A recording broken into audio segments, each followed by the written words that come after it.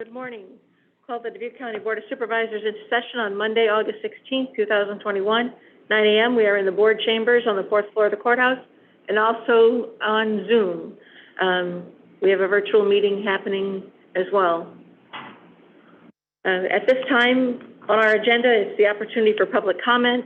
At this time, anyone may address the board on matters which are on the agenda. Please go to the podium, state your name, home address. Individuals wishing to comment on a public hearing will be given the opportunity during their respective hearing time. Your remarks should be limited to no more than 3 minutes. Those participating virtually can raise their hand, enter a comment in the chat box, or enable your video and give us a wave. Is there anyone who wishes to address the board about anything that is on the agenda for today? If you'd like to, you can go to the podium if you're here in the room. We do have guests in the room this morning. Is there anyone virtually who would like to do that? Paul had raised his hand. Yeah. Okay, Paul, do you want to come forward? Do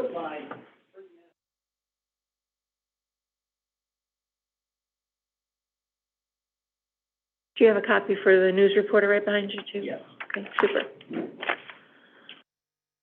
Thank you. You're very welcome. Good morning to one and all. Morning, thank you. Okay.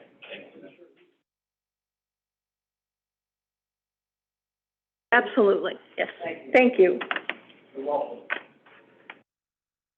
Notice in regards, business judgment rule and piercing the corporate veil doctrine to public trustees Jay Wickham, Harley Putoff, and Ann McDonough. Fact number 1, individually, Jay Wickham, as one of the people of Dubuque County, Iowa, cannot mandate the wearing of a mask. This has room for his legal counsel's written response. Fact number 2, individually, Harley Putoff, as one of the people of Dubuque County, Iowa, cannot mandate the wearing of a mask. There's room for his legal counsel's written response.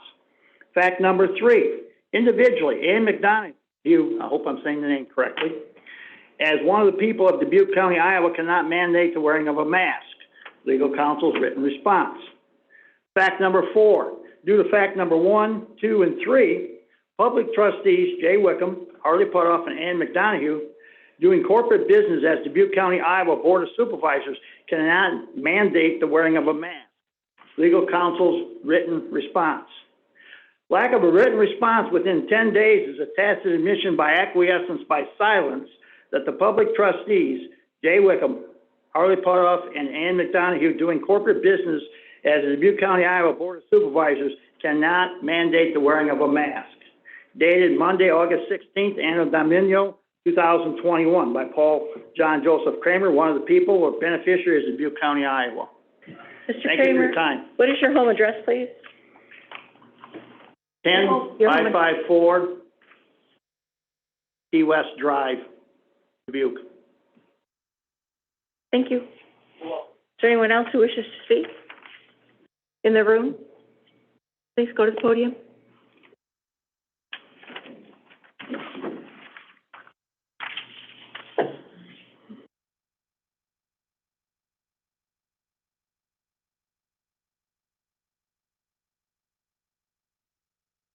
Morning.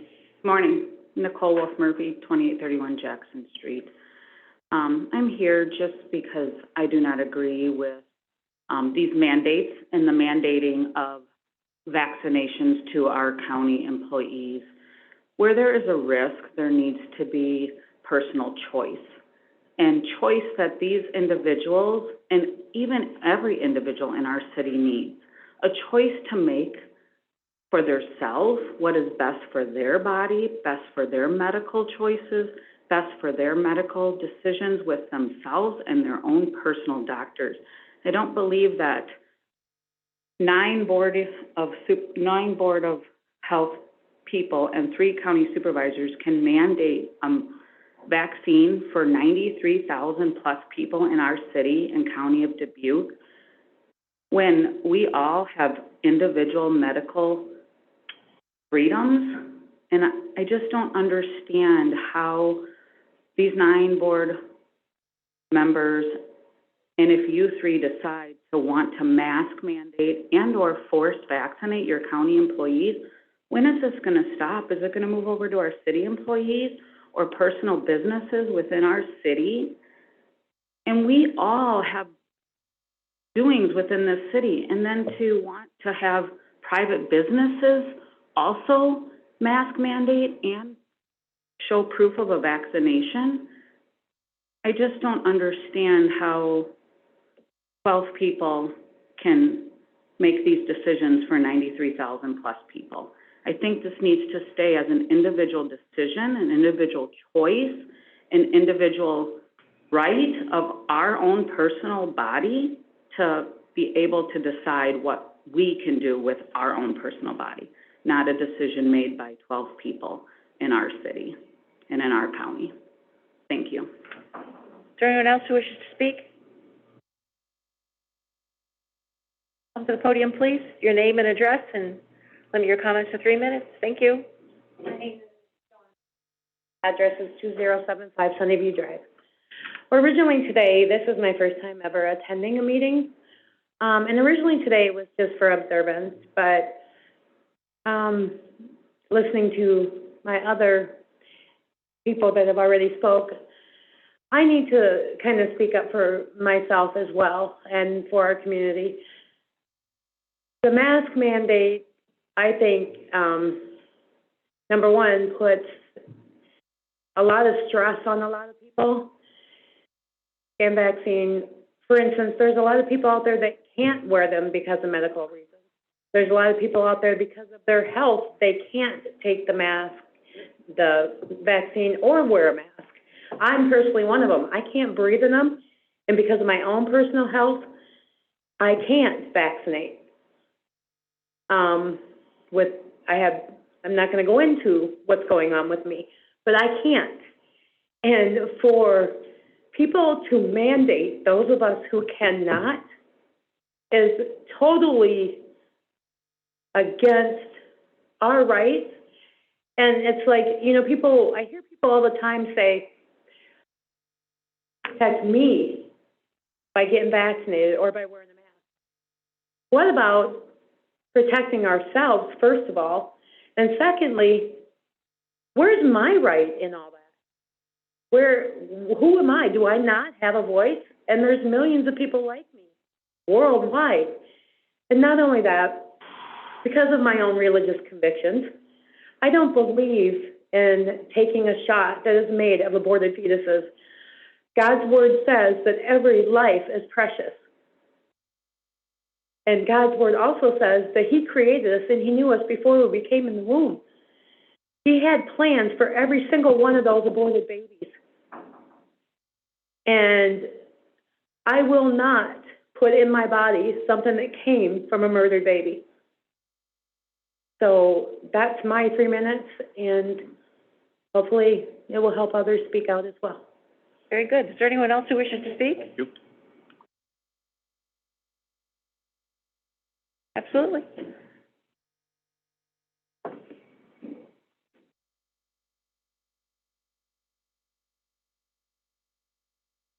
My name is Rose Cliff. My address is 1762 Sharon Drive, Dubuque, Iowa. I'm just going to name some facts from the VAERS, Vaccine Adverse Reaction site. As of July 16th this year, 11,000 Americans have died from the vaccine. 48,000 have been seriously injured from the vaccine. The death toll is nearly 100 people per day from April 23rd to July 9th of this year.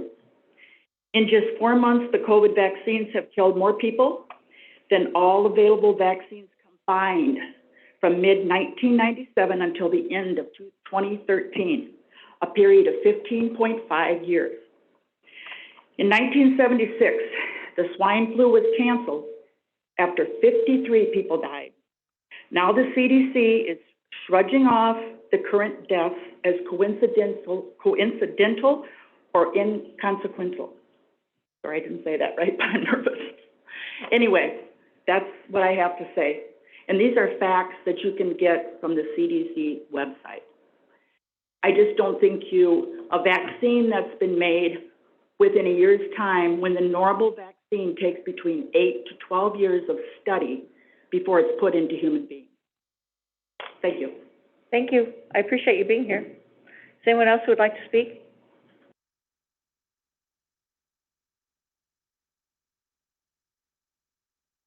Dawn, who do we have virtually who'd like to speak? April White, if you'd like to unmute yourself. Please give your name and your address. My name's April White. My address is 1180 West 5th Street. I'm speaking on behalf of the Dubuque County Patriots, and we have written, we the people that live, work, and reside in the county of Dubuque adamantly insist that the aggressive tactics to be attempt to coerce vaccination and masking stop immediately.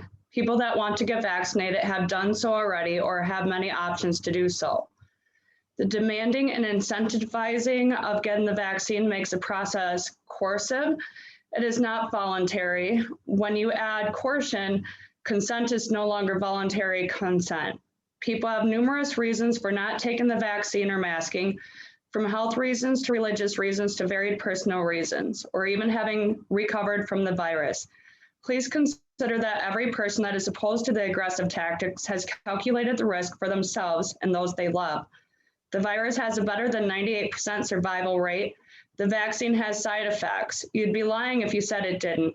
The COVID vaccine masking protocols are experimental and the long-term effects of the vaccine are unknown and broad, and many are likely irreversible. Once the vaccine is taken, there is no turning back. Side effects of the vaccine have been recorded for tens of thousands of people. Many of those side effects are severe and or permanent up to and including death.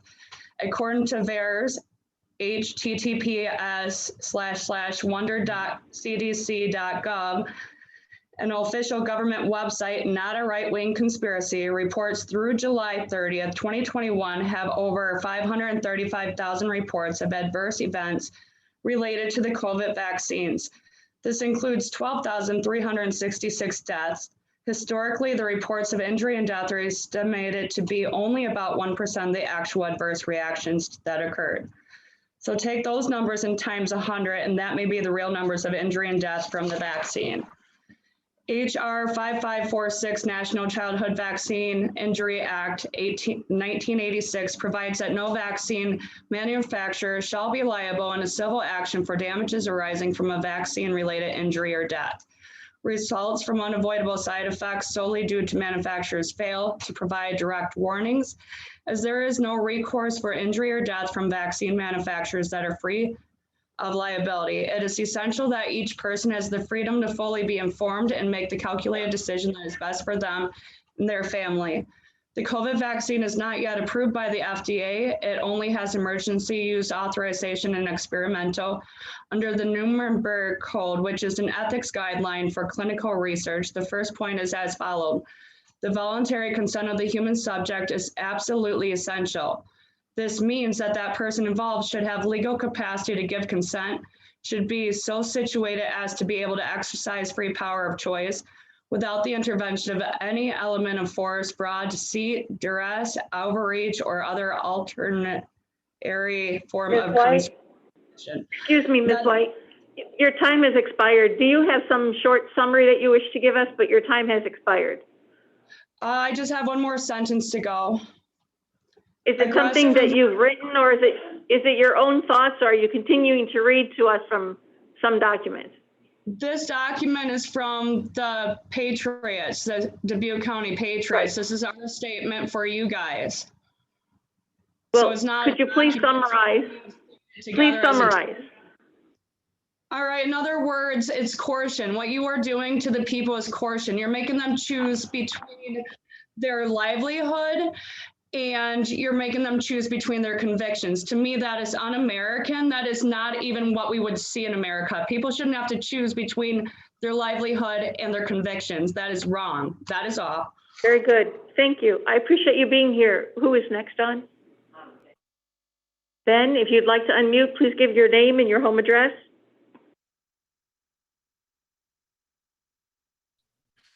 Good morning, everybody. I'm sorry, you're not audible, I sir. hope you can hear me. My internet name is Ben. I live in Dyersville.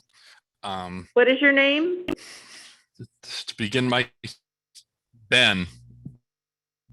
What is your last name, Ben? My internet connection's weak. Ben, Ellison. what is your last name? Ellison. I don't know. Allison? And you live in Dyersville? Please Yes. proceed. Thank you. My name is Ben. I live in Dyersville. No unelected bureaucrats could ever know what is best for each and every single one of us. As a republic, the rights of the individual are not subservient to the state, and especially should not be trampled on by any group of faceless, unelected appointees. And if these faceless, unelected appointed bureaucrats were truly concerned about all of this, they would be up in arms over other topics that has enabled the spread of this virus, yet they are silent. This virus is not going away. Viruses evolve faster than we do, and they do so annually. The masks are not able to stop a microscopic life form. This fear-mongering must stop. How many people, businesses, and communities must be harmed, if not destroyed, because of this promoted insanity? Stop it. Stop this trampling on the rights of the individual, and for God's sake, stop this now, for it is not doing any good other than continuing to promote the fear and problems that cannot be tabulated. Thank you. Thank you. Who's our next speaker? I'm sorry, can you repeat that? CG, please unmute. Give your name and address, please. My name is Christy. I live in Dubuque. And Christy, what's your last name and your home address? Gatto, 330 Clark Drive. Thank you. You may proceed. I just wanted to finish up with what April was reading. The COVID vaccine is not yet approved by the FDA. It only has emergency use authorization as experimental. Under the Nuremberg Code, which is an ethics guideline for clinical research, the first point is as follows. The voluntary consent of the human subject is absolutely essential. This means that the person involved should have the legal capacity to give consent, should be situated as to be able to exercise free power of choice without the intervention of any element of force, fraud, deceit, duress, overreaching, or other ulterior form of constraint or coercion. Aggressive and forceful tactics, or anything that puts a person between a rock and a hard place, are unethical and wrong and not in the best interest of the people. And so there was that point that I wanted to make, but I also wanted to make another point between with HR, I think it was 889 that the governor signed. Anybody that gets money from the state is not allowed to ask their employees to get a vaccine. And so if the Board of Supervisors puts this in place, it would make businesses in the local area have to choose between following the state law and doing what the Board of Supervisors is asking.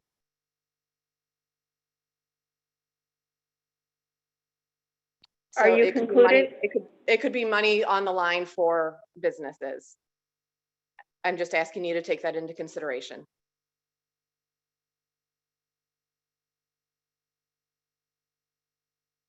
That's all I have. Thank you. Our next individual. Wayne, if you want to give your full name and address, that'd be helpful. Sure. Good morning. Can you hear me all right? Yes. All right. My name is Wayne Kennecker. I live at 11645 Lizer Lane. I would like to start out by letting the Board of Supervisors and the Board of Health know that a petition opposing the Board of Health's recommendation was started this past Friday and is circulating. As of 7 a.m. this morning, 358 people have signed this electronic petition and 22 have signed hard copy. This petition was an effort to help people be heard rather than overwhelming this meeting, the public comment section of this meeting this morning. I will share some specific points about the Board of Health's recommendation and why the Board of Supervisors should not act upon it. The purpose of the Board of Health is to share accurate, complete information about public health issues. Throughout the COVID-19 situation, the Board of Health has shared one side of the information. The Board of Health has not informed the public about the potential side effects nor the actual effects people have encountered. The VAERS data has not been part of the discussion. As we heard earlier, the swine flu vaccination was halted after 58 people died as a result of that vaccination. The number of people that have died as a result of COVID-19 vaccinations is much higher than that, according to the VAERS data. But this is not being shared by the Board of Health or anyone else because it does not fit their narrative. The fact that the Board of Health is only sharing one side of information is what has led to the distrust. We should all, including the Board of Health, be aware of this, of what the state has put in place regarding the COVID-19 vaccinations and masking. It is not the job of the Board of Health or the Board of Supervisors to decide whether we follow the state's recommendations. If the Board of Health or the Board of Supervisors disregard state regulations, the expectation that the people of Dubuque County will not follow the mandate suggested by the Board of Health. It is out of line for the Board of Health to share a recommendation to businesses mandating mass vaccinations and masks without sharing how OSHA views and will handle adverse effects from the COVID vaccinations and masking when mandated by businesses. It is likely the school board members are only getting one-sided information as well. To make informed decisions, you need to have accurate information from both sides of the issue. Wayne, your time has expired. If you have a brief summary, you may proceed.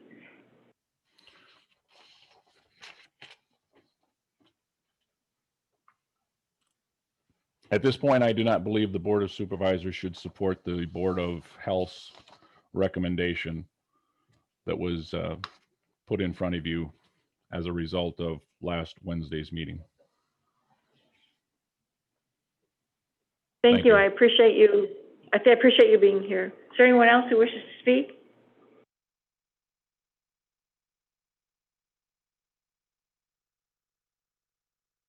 Is there anyone else in the boardroom who wishes to speak? Thank you, everyone.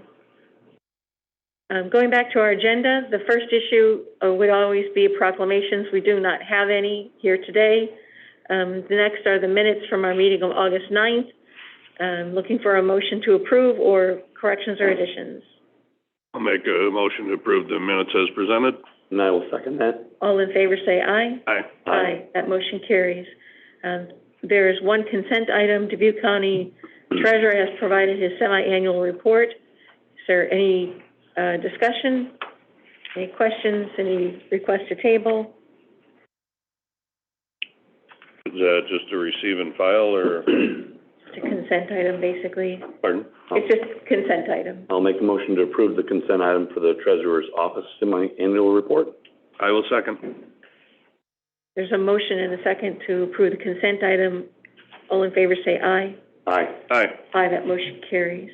Item 4, we do not have any procurement procedures, nor do we have public hearings, nor do we have any plats to approve. Action items, these are items the board may approve, deny, or table. The first is a resolution to approve the hiring of some employees. Did anyone have any reason to have Don Sherman address this? Are we satisfied with the information presented? Selections and Sunnycrest. I make a motion to approve the hiring. I will second that. The motion is second to approve the resolution. All in favor say aye. Aye. Aye. Aye, that motion carries. Next is a resolution seeking to approve temporary road closure of Key West Drive on September 12th for St. Joseph's Parish Festival. It's a very short distance on that road. Anyone wish to make a motion to approve? I'll make a motion to approve the resolution. I will second. Motion is second to approve resolution. All in favor say aye. Aye. Aye. Aye, that motion carries. Our next resolution is to approve the necessary documents with Martin Equipment for the purchase of one 2021 John Deere 450K dozer. I would make a motion to approve the resolution for the purchase. I will second that. We have a motion and a second to approve the resolution. All in favor say aye. Aye. Aye. Aye, that motion carries. Next is a duplicate warrant. I'm looking for a motion to approve. The total is $26.25. I'll make a motion to approve the duplicate warrant. I will second. Motion is second. All in favor say aye. Aye. Aye. Aye, that motion carries. Next is information concerning the CDBG grant. We have a resolution authorizing the chair to sign the grant single audit form. I make a motion to approve the resolution. I will second that. Motion is second to approve the resolution. All in favor say aye. Aye. Aye, that motion carries. Our final resolution, seeking approval of the ECIA Brownfields Coalition member acknowledgement. I'd like some discussion on this. I thought we were through with our cooperative agreement related to this. I don't know if the auditor or anyone else has any information. It was prior to our current auditor coming on board. But previously, Denise would update us on why we're approving things in the city of Clinton. Is Ed Raber present virtually? He is not here in the boardroom. I think, reading through it, I think we have to sign off on it as part of the revolving loan fund. If we have any questions about it, we don't have anyone to address them, we can table. I don't believe it's time sensitive. I'll make a motion to table. If you want to table, I will second that. We have a motion and a second to table the resolution concerning ECIA Brownfields Coalition. All in favor say aye. Aye. Aye. Aye, that motion carries. Thank you. Communications, we have one noting it's a notice of public hearing going out for zoning cases. I'll make a motion to approve the communication. Oh, it's a communication. Receive and file. Thank you. I will second. We have a motion and a second to receive and file. All in favor say aye. Aye. Aye. Aye, that motion carries. In the appointments, we have open vacancies. Still, it's dated August 11th. Did we find out, Dawn, the question of the equal employment opportunity? Pardon? You still have that as a loose end? I'm still researching it. Okay, very good. Is there any further discussion on the vacancies? Very good. We'll move on to personnel requisitions. And the first is a personnel requisition. They both are from the auditor.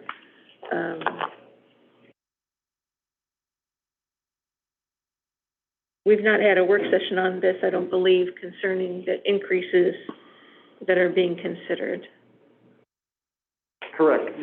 Earlier this summer, late spring, we had a conference call with IPERS, who informed us that township trustees and clerks are subject to Medicare and Social Security tax. We had previously been paying them through the claims process. Could you introduce yourself for the people on Zoom and in the audience? Yes, I am Kevin Dragato, Dubuque County Auditor. Thank you. We had previously been paying trustees and clerks through the claims process, and we're informed that it has to go through the payroll process. A number of counties in the state had already been for many years going through the payroll process. This is just bringing us in line with what IPERS is requiring. Our budget director, Stella Rundy, has also looked into this and has come to the same conclusion. And we've spoken with Mary Hobble and Roseanne, both deputy auditors, as well, to let them know the plan. We would be taking on these employees as these trustees and clerks as a category of employees. They would be filling out all the same paperwork. We wanted to get this portion taken care of prior to communicating to the trustees and clerks the documentation and the steps that they'll have to take to become a county employee. That's what these two personnel requisitions. They also include a very slight increase in the compensation for trustees and clerks. They were going from $30 per meeting, of which they can have up to 3 meetings per year, to $50 per meeting. So instead of $90 per year, they would be being compensated $150 per year. And that would be the same rate for the trustees and the clerks. The clerks also receive $12.50 an hour for up to 10 hours of book work. We're not proposing any changes in that compensation at this time. So currently, I have one here for township clerks and one here for township trustees. Are you indicating that clerks and trustees are paid $30 per meeting? Correct. Are they paid anything for any other expenses? They are not. So that includes postage and envelopes and sundry office supplies that they would need to perform their job? They're not by the county, they're not. They're not what? They're not compensated for that from the county. Okay. This would be either has not been an increase. I couldn't find records of the last time there was an increase for compensation for clerks or trustees. We expect that this change will likely require us to find some more clerks and trustees, and this may be to bring the next generation into helping out their townships. What is your plan to find more clerks and trustees? I'd like to know more about that, honestly. Giant blimp with a sign on the side that says, "We need trustees and clerks." You know, I would like to have the local governments engaged. I'd like to have mayors engaged. I'd like to have citizens engaged. I mean, we need to, a lot of these townships want to continue to exist. If they don't appoint people, I believe it falls on the Board of Supervisors to appoint for them. I think that everybody would like to agree that they would like to have the control of their townships and be able to decide what they want to do, as opposed to having somebody else decide for them. I think it's about communication and engagement. It's difficult. We do have an aging population who are currently working as trustees and clerks. So finding a way to get the 20s, 30s, 40s, 40-somethings engaged in this process is important. I have numerous questions about this. We don't have any education really about what a trustee does, what a clerk does, and if I don't know, the greater population certainly doesn't know. The amount of money is de minimis, really. It's not a big hit to any budget, but I do think that if we haven't consulted any clerks or trustees, we might be going around about this in a way that isn't very, I mean, we're anticipating there's going to be a ripple effect, but we haven't talked to anybody about what that might be. We can certainly discuss with them. We don't necessarily have a choice in the matter. They are going to be paid via employees for the county, one way or the other. They have to be. I understand that. Right. Whenever you're ready, Supervisor McDonough. Go ahead. Okay. One, I'm very appreciative of the trustees and clerks, because as you can see from the compensation, it's not something you get wealthy on, or even might get you a loaf of bread if you're lucky. And so appreciate their role. Give me a little background on why the change again and how long this has been going on. So it seems like it's been working, and now we're going to be adding 68 part-time employee status to our payroll. That seems a little drastic, and I'm curious to who's forcing us into that move. The wages are subject to Social Security and Medicare. This was communicated to us through a conference earlier this summer, late spring, with the Secretary of State and IPERS. So a representative from IPERS reached out with their guidance that these wages do need to be paid through payroll. So that's sort of what started this domino going. As for it's been working for us just fine through claims, absolutely, but we're not in compliance with the recommendation from IPERS right now. And so previously, there was no Social Security benefits or IPERS benefits being included in this compensation. Is that correct? Correct, because it was simply a claim paid through the claims process. And now there is. Has there been any further discussion with Secretary of State and or other branches of government of why the change and how? I don't know that this is a change, more along the lines of letting everybody know this is what you should have been and should be doing. I don't think this is a new. According to whom? It's kind of what I'm getting at. It's just Secretary of State is that any legal review? I can't answer that. Yeah, that's what I'm saying. So I'm not anxious just to jump in and do it. I trust the information you've received. I would just like to know more and have our potentially county attorney I appreciate the role they have. I want to make sure they're compensated, but just now that we have 68 new people on our payroll, that doesn't normally sound like a lot of fun. Well, the 68 new people are currently all covered under our insurance policies right now, so we're not incurring any additional charges. This is, we will be paying Social Security and Medicare. They will be paying Social Security and Medicare, and we'll be paying a match on, like I'm proposing, $275 per year, for example, for the clerks. Not a whole lot of money here. Yeah, I'd like to see this be really worked up. We need the county attorney. If we haven't been paying a mandatory tax, and now we're saying we're catching up to that, there's ramifications for things that are due and owing in our back taxes, right? So, I kind of think we need to be, I don't think it's just a matter of adding 68 people to the payroll. I'd like to see a bit more than just 2 personnel requisitions. We can certainly put together a more comprehensive package. This falls in line with our IPERS audit, and this will be a finding on the IPERS audit we'll be receiving. Maybe a work session, would you be open to that, just a brief We can go through a work session. hour work session? I think that'd be helpful. Again, to fix to correct the problem, though, we still need to ultimately move them to payroll, regardless of if they're going to be back taxes, regardless if they're going to be other issues or ramifications that present themselves. The trustees have their first meeting in October, Mary?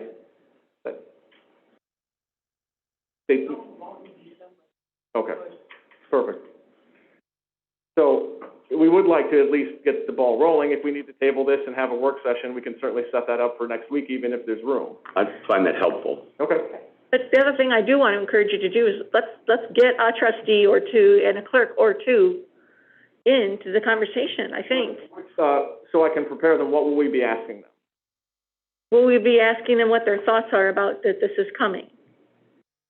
And do they think there's if we can find someone who might step and be a leader, and then you're talking about potentially not having people make change if you ask for their input before we I understand it's going to need to happen, that's what you're explaining to us, but I find most folks at least like to be consulted and made aware in some capacity before it's just a finished deal, because it will be significant to these individuals. Yes, they'll be appreciative of the extra, $100, because they'll use it to pay for stamps and postage and all the other expenses that they have. But I'd like to see us have this be a role of conversation and not just, here's a final notice kind of thing. I know I think that's much more your style as I've come to know you as the auditor. So giving this a week or so is probably helpful. That works for me. We will set up a work session for next Monday, and I'll have some trustees and clerks here, and we'll address any questions and go through that. Thank you, Auditor Grado. Appreciate it. If you'd want to just throw in the job description that Ann and Jay would, Yeah, I can get some of the functions the trustees do. I can get you the code for that one. I don't know that the job description truly exists. It's code-based, so we can get the code sections and just, kind of a brief overview. Yeah. But there are some trustees and such that have been contacting us. Certainly you know that. And they don't think we know what they do. They're settling fence disputes. They do a whole lot more than just sign on some paperwork. So, giving them opportunity to come here and talk to us about the job and the critical role they fill. It can't be done if we don't have these individuals. And that might help us with recruitment and retention, and certainly understanding. Yeah, again, the townships themselves are typically in charge of the recruitment. We're here administratively to pay the bills, to compensate those people through the code. It can certainly be a part of our mandate to raise awareness and head out and get people into these positions and let them know why they're important. I want to stress that it is ultimately important for the townships themselves to stand up and identify those people as well. Right. And they may not know inside their township for sure what's being done. Maybe they do. I don't know. Well, guess we'll find out. Perfect. Thank you. Thank you, Kevin. And make a motion to table for a week. I will second that. Motion is second to table. All in favor say aye. Aye. Aye, that motion carries. Was your motion for personnel A and B, both the trustees Is it for both A and B? Clerks. Yes, Yes, I understood it covers Should I both. rephrase that, or? As long as Mary's got it. She's got it, on top of it. The next, personnel requisition is the appointment, or the personnel requisition for a full-time environmental specialist in the Public Health Department. If today's meeting allows, I would like to have a conversation within our health department section on this. If not, I would be looking to table this, to understand more about what they're trying to accomplish. I have some of the same thoughts. I'm wondering if this person shouldn't be more in the watershed department even. You know, is there another way this should be handled? I think this is to replace Colin Dolphin, who was hired possibly by the county. That was my assumption as well. And so previously, I had advocated for a contract position for this role. The Board of Health advocated heavily as a full-time employee, and they advocated that they would use all the state funds allocated for this position.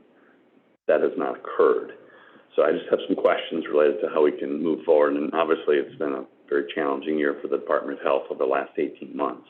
But just to understand more to see how we can make sure it's a success for both the new person coming in or whoever's providing the service. So unless you guys would like to move forward, I don't know, maybe the chair, would you want to address this in the health section or table it? Your preference? But I'm not interested in approving at this moment. I will make a motion to table the personnel requisition. Okay, I would second that. Pending more information. Motion to second to table the personnel requisition. I believe it'll automatically table it till our next meeting, Mary. Is there any further discussion? Hearing none, all in favor say aye. Aye. Aye. Aye, that motion carries. Our last personnel requisition is for a full-time deputy sheriff. I think it's a replacement of an individual who retired. Yes. I'd make a motion to approve the acquisition or resolution. Acquisition. I will second that. Motion is second to approve the personnel requisition for full-time deputy. All in favor say aye. Aye. Aye. Aye, that motion carries. Thank you.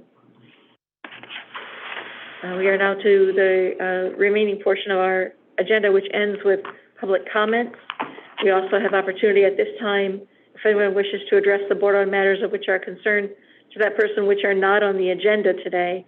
They would be matters other than those that will be in our, I guess,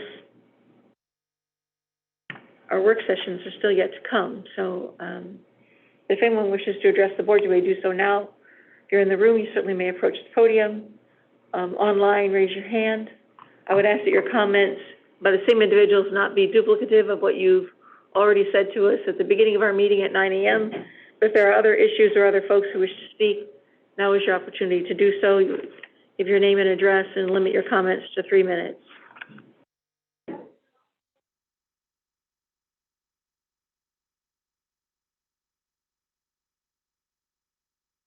For the record, if you'd indicate your name and address again, sir.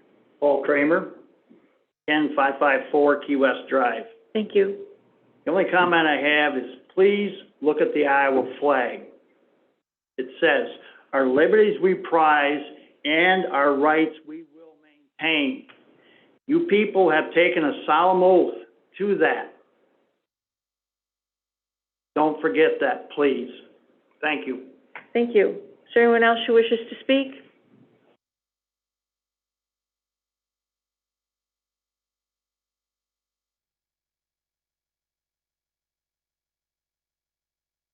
There's no person, we see no one virtually who indicates they wish to speak. We don't have anyone else approach the podium here in the boardroom. That concludes the formal portion of our meeting. There is much work still to do this morning. We have work sessions that are on the agenda and will conclude shortly before noon today. So those who are present are certainly welcome to remain.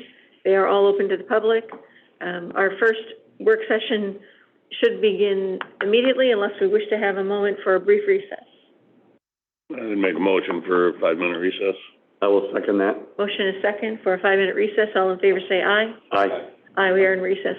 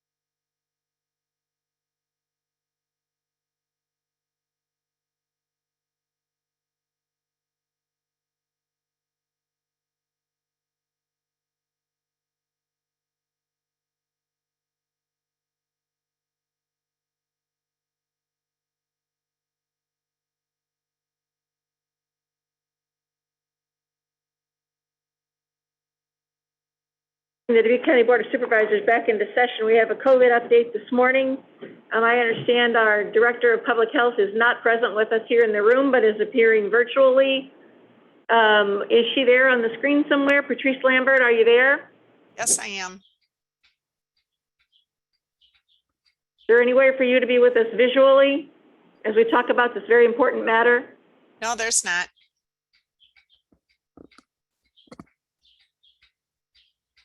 I guess at this point going further would be my request as board chair that you be personally present in the boardroom when we discuss these kinds of issues. Is there a reason that can't happen, Patrice?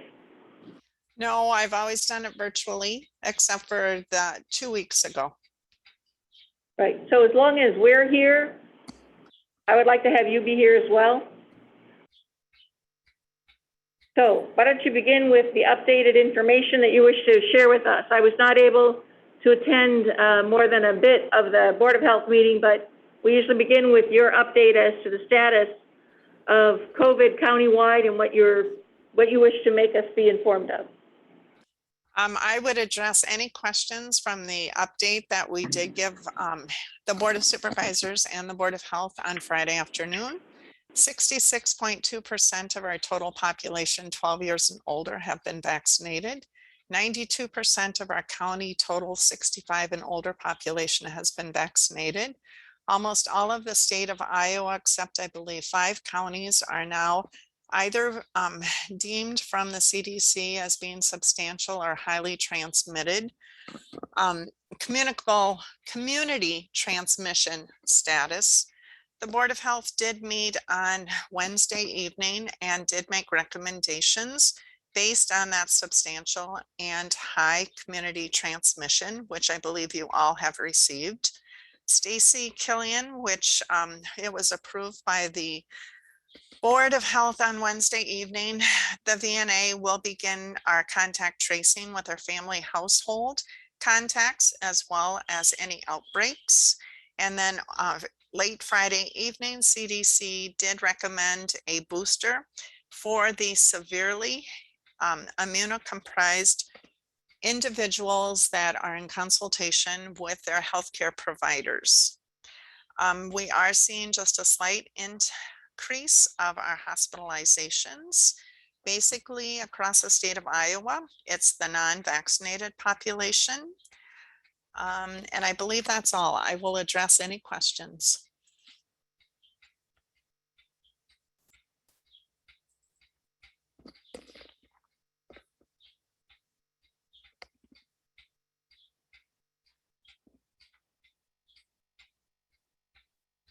I have no questions, but if any members of the Board of Health would like to speak, I would be certainly open to that, if my colleagues would be.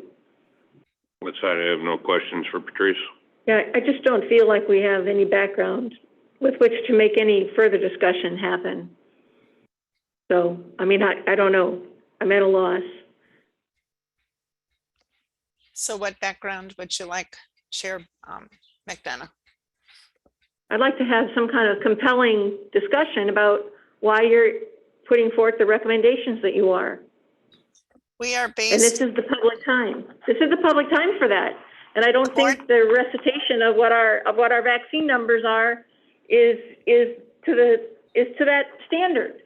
So I have a draft here with your recommendations coming from the Board of Health, and I don't have any context in which to do this. The incident management team is very concerned about 2 major factors that have been going on, more so at the beginning of the summer. Those major factors are, number 1, the Delta variant. It's easily transmitted from one person to another, more so than the original virus. And also the second major factor is people who are not vaccinated. We know that the people who are not vaccinated are getting more severely ill with this Delta variant versus those people who are vaccinated. We continue to do all of our outreach events by providing the vaccines. We have posters that we have widely distributed throughout the county. Stacy and her staff will be at New Vienna this evening doing a vaccination clinic in New Vienna. Stacy does have many opportunities and will not deny a person walking in to her office requesting a vaccination. All of our pharmacies are providing walk-in vaccinations. We continue to work with our PIO and getting messages out, telling people if they have a question or a concern about why they are not vaccinated, to please reach their healthcare provider. Get any question or any concern addressed. We are trying every way possible of getting that message out of how important it is for people to be getting that COVID vaccine. We continue to work with our pre-K through 12 as well as our higher ed administrators, being prepared for when the kids appear back into the classroom as well as back onto the campuses. We're working with all of our vaccine providers and all of the opportunities, getting them the vaccines that they need so that when people do come into their offices, they are able to administer that vaccine. So again, our two major factors, the Delta variant and those people who are not vaccinated. So the Board of Health did meet to make these recommendations that you see on this screen. Again, following the guidelines of the CDC with that community transmission level. For Dubuque County, I should ask if the Board of Health member Diane Pate Freiberger, if she would like to address this or if she would like me to. Tom Beshin did have a conflict for this morning. I would like to continue to hear from you, Patrice, as the Director of Public Health. I did make a request, so I didn't hear validation. I understand. But I understand, but this is the Director of Public Health, and I do think we need to hear from I think her. there's somebody to your left that I'm also speaking to. So I'm respectful of your decisions. I just need to understand. I'm not discounting other people, Supervisor Wickham. I'm just saying, I think we want to have a presentation from our Director of Public Health that warrants the conversation that we started the meeting with, right? We have citizens all over asking us to not issue mandates again. Patrice, what is the current status of the Iowa Code? What can we do? Supervisor McDonough, you had a supervisor and the Director of Health reference a Board of Health member to speak. If my colleague, one of my colleagues, you apparently are not there, but if my other colleague would approve of that, I would think we would move forward. So Supervisor Potoff, if you could please, would you like to hear from a Board of Health member? Ms. Freiberger is on the Board of Health and one that actually brought a lot of these forward, so I think I would like to hear from her also. If we have any more questions for Patrice, we can bring her back. And that's what I'm asking. I think we should continue with Patrice. Diane can fill in when Patrice feels she doesn't have the information that she wishes to share. I think you've heard the supervisor's request. It's your meeting to run, but I think you should honor our request. Patrice, are you going to be walking us through the draft of your Board of Health recommendation? Is that going to be your role today? I will be glad to do anything, but this is coming from the Board of Health. If Diane Pate Freiberger wishes me to address it, I'll be glad to do anything. Just tell me what you want me to do. And then also Epic Health's request, are you going to be addressing that, or is that going to also be coming from the Board of Health? The Board of Supervisors received the request, the proposal from Epic Wellness Center, the same time the Instant Management team did, and I believe that was Thursday, late Thursday afternoon. The Board of Health meeting was on Wednesday. And Chair McDonough, I did send you the response after I talked with the Instant Management team on the Epic Wellness proposal.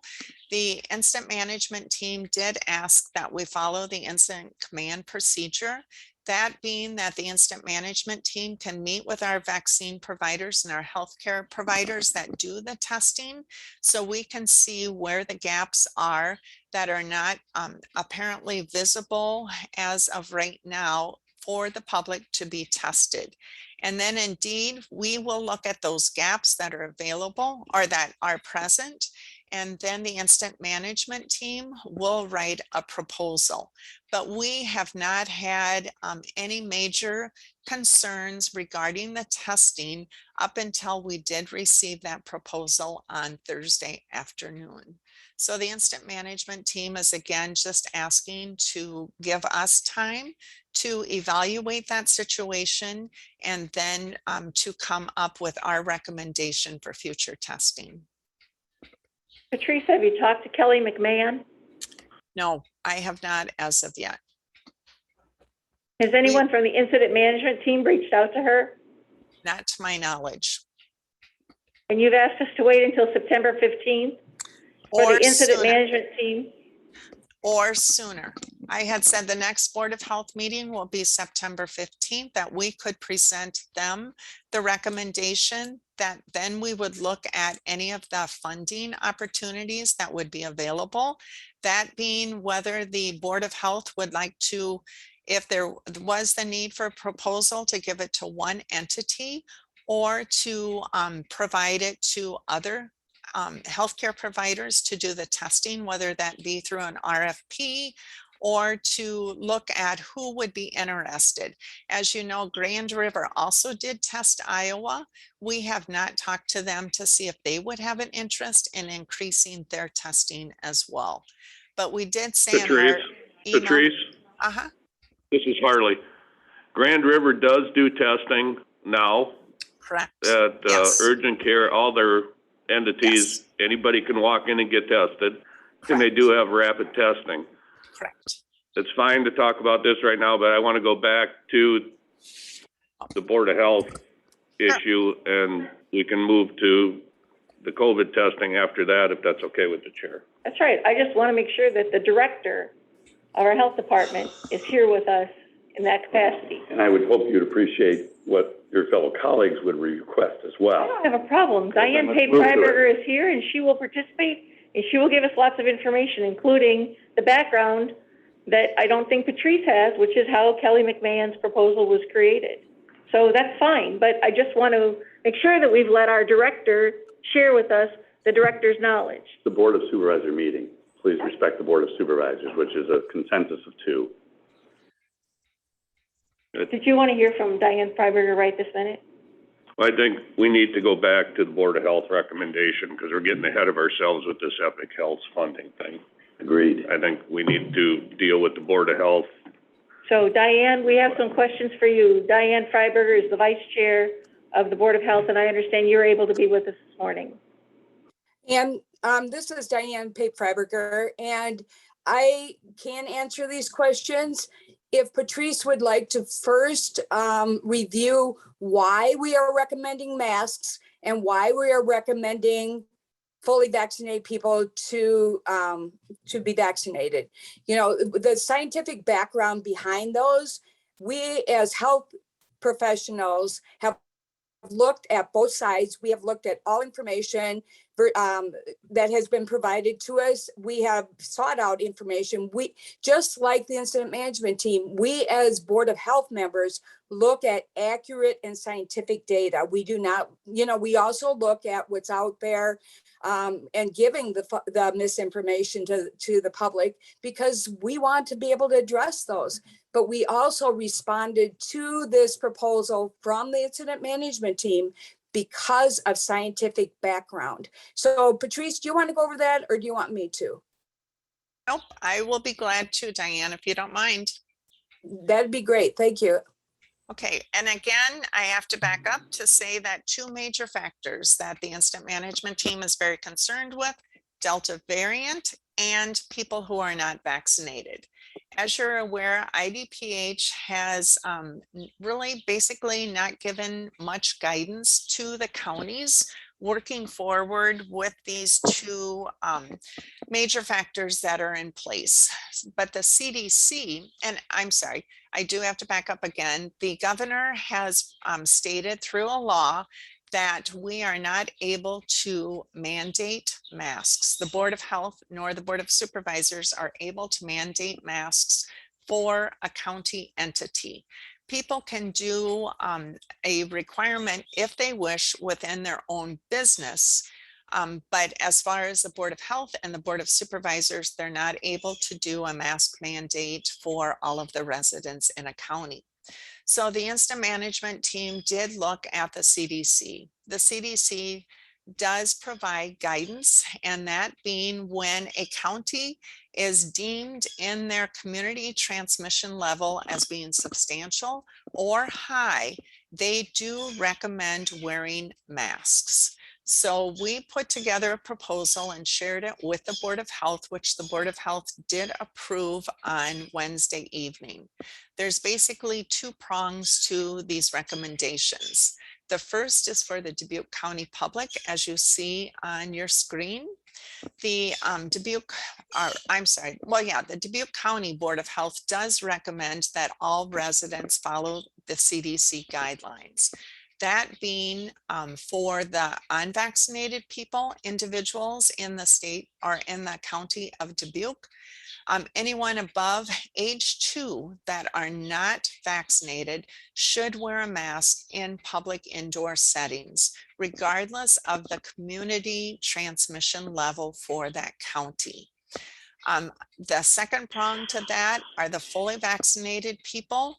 That being the fully vaccinated people when Dubuque County is in substantial or high level of community transmission, they should be wearing a mask again in public indoor settings. And again, we put our rationale that wearing a mask is most important if you have a weakened immune system or your age or an underlying medical condition. We know that everyone is at risk for a severe disease. We know that by having a vaccine that you can protect not only yourself, but your loved ones and those surrounding you. Again, looking at the next bullet, fully vaccinated people who come into close contact with someone with suspected or confirmed COVID-19, we are recommending that they be tested 3 to 5 days after any exposure to someone who is positive, and to wear, again, the mask in a public indoor setting for 14 days or until they receive a negative test result. Again, we're basing that we do have many places available to be tested, as well as the in-home testing.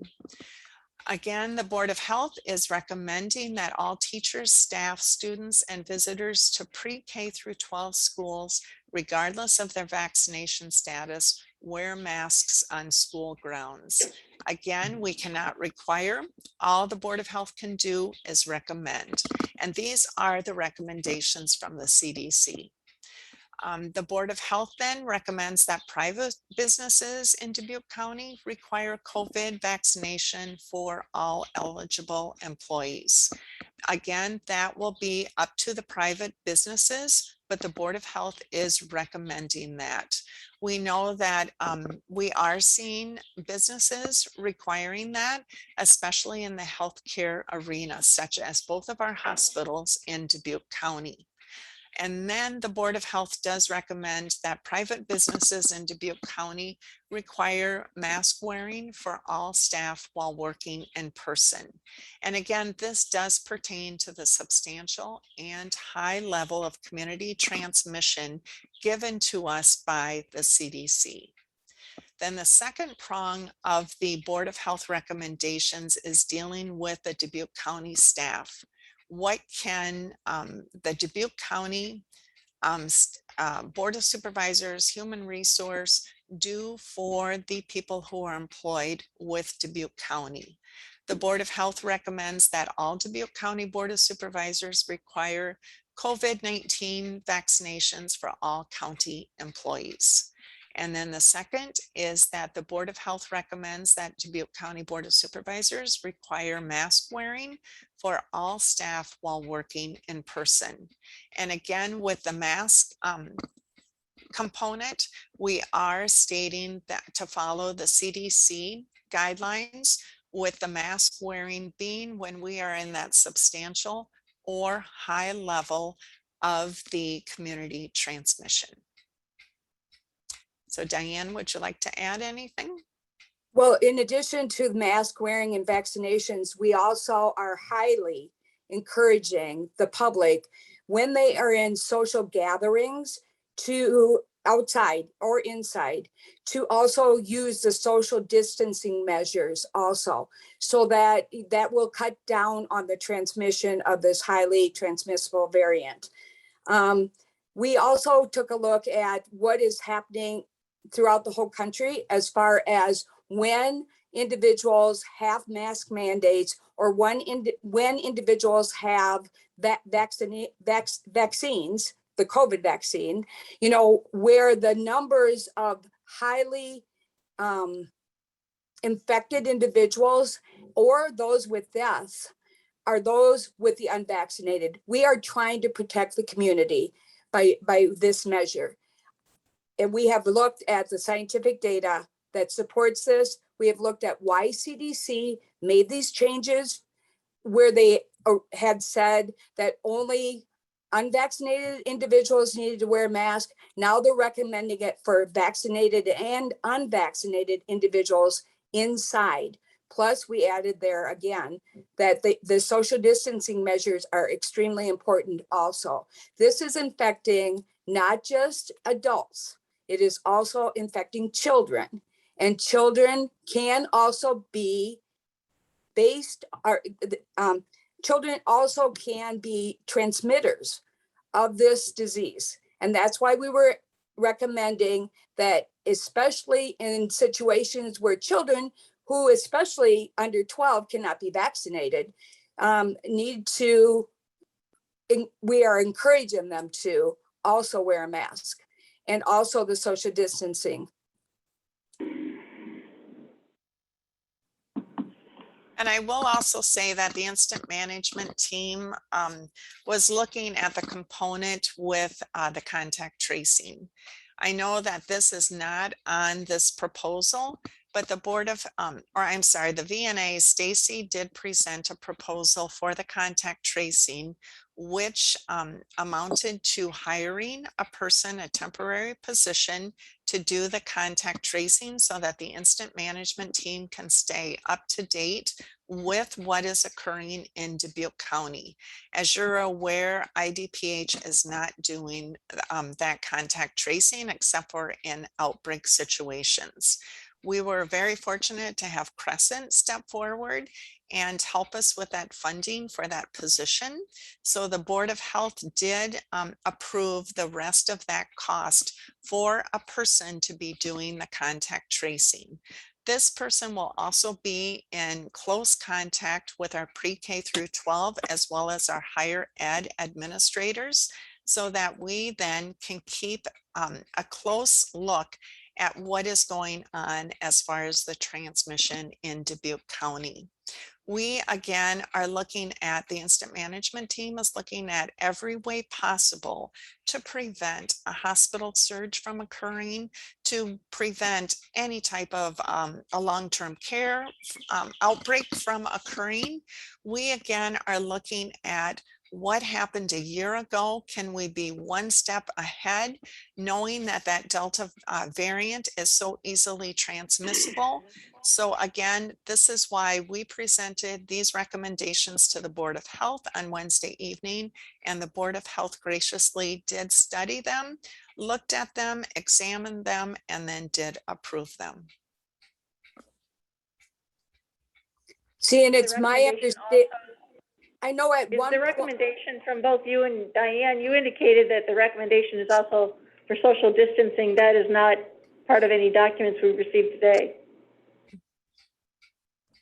That was presented, and I know that we all had agreed on that. What we agreed, what the proposal put in front of us was from the incident management team, and we added that on top of the proposal from the incident management team. We also want that social distancing to occur to try and prevent the transmission of this highly transmissible Delta variant. And the incident management team would agree with that 100%.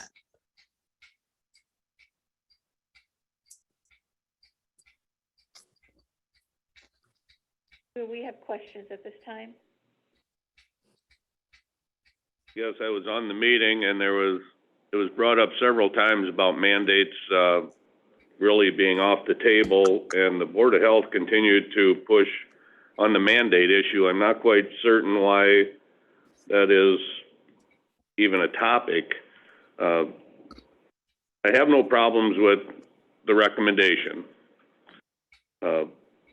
If someone wants to wear a mask, they can wear a mask anytime, anywhere. That's not an issue. I don't believe it's our position to regulate businesses that they have to mandate employees wearing masks. If Menards or Steve's Ace Hardware wants to have mask required when you go to their store, I think that's their business. I don't think that is our place to interfere with that. I'm definitely against this mandatory vaccine for county employees or anywhere. The vaccines are readily available. If anybody wants to get vaccinated, they can go and get a vaccine anywhere. It's free. I'm definitely against this mandating this stuff. It's ridiculous as far as I'm concerned, but that's all I have to say. I'm sorry. Do we have any other Supervisor questions? McDonough, may I respond to that? I know you're in discussion, but I'm not sure that I am going to let you do that, actually, Diane. You've given your presentation. I would be comfortable hearing from him. Supervisor Potoff, do you have an opinion?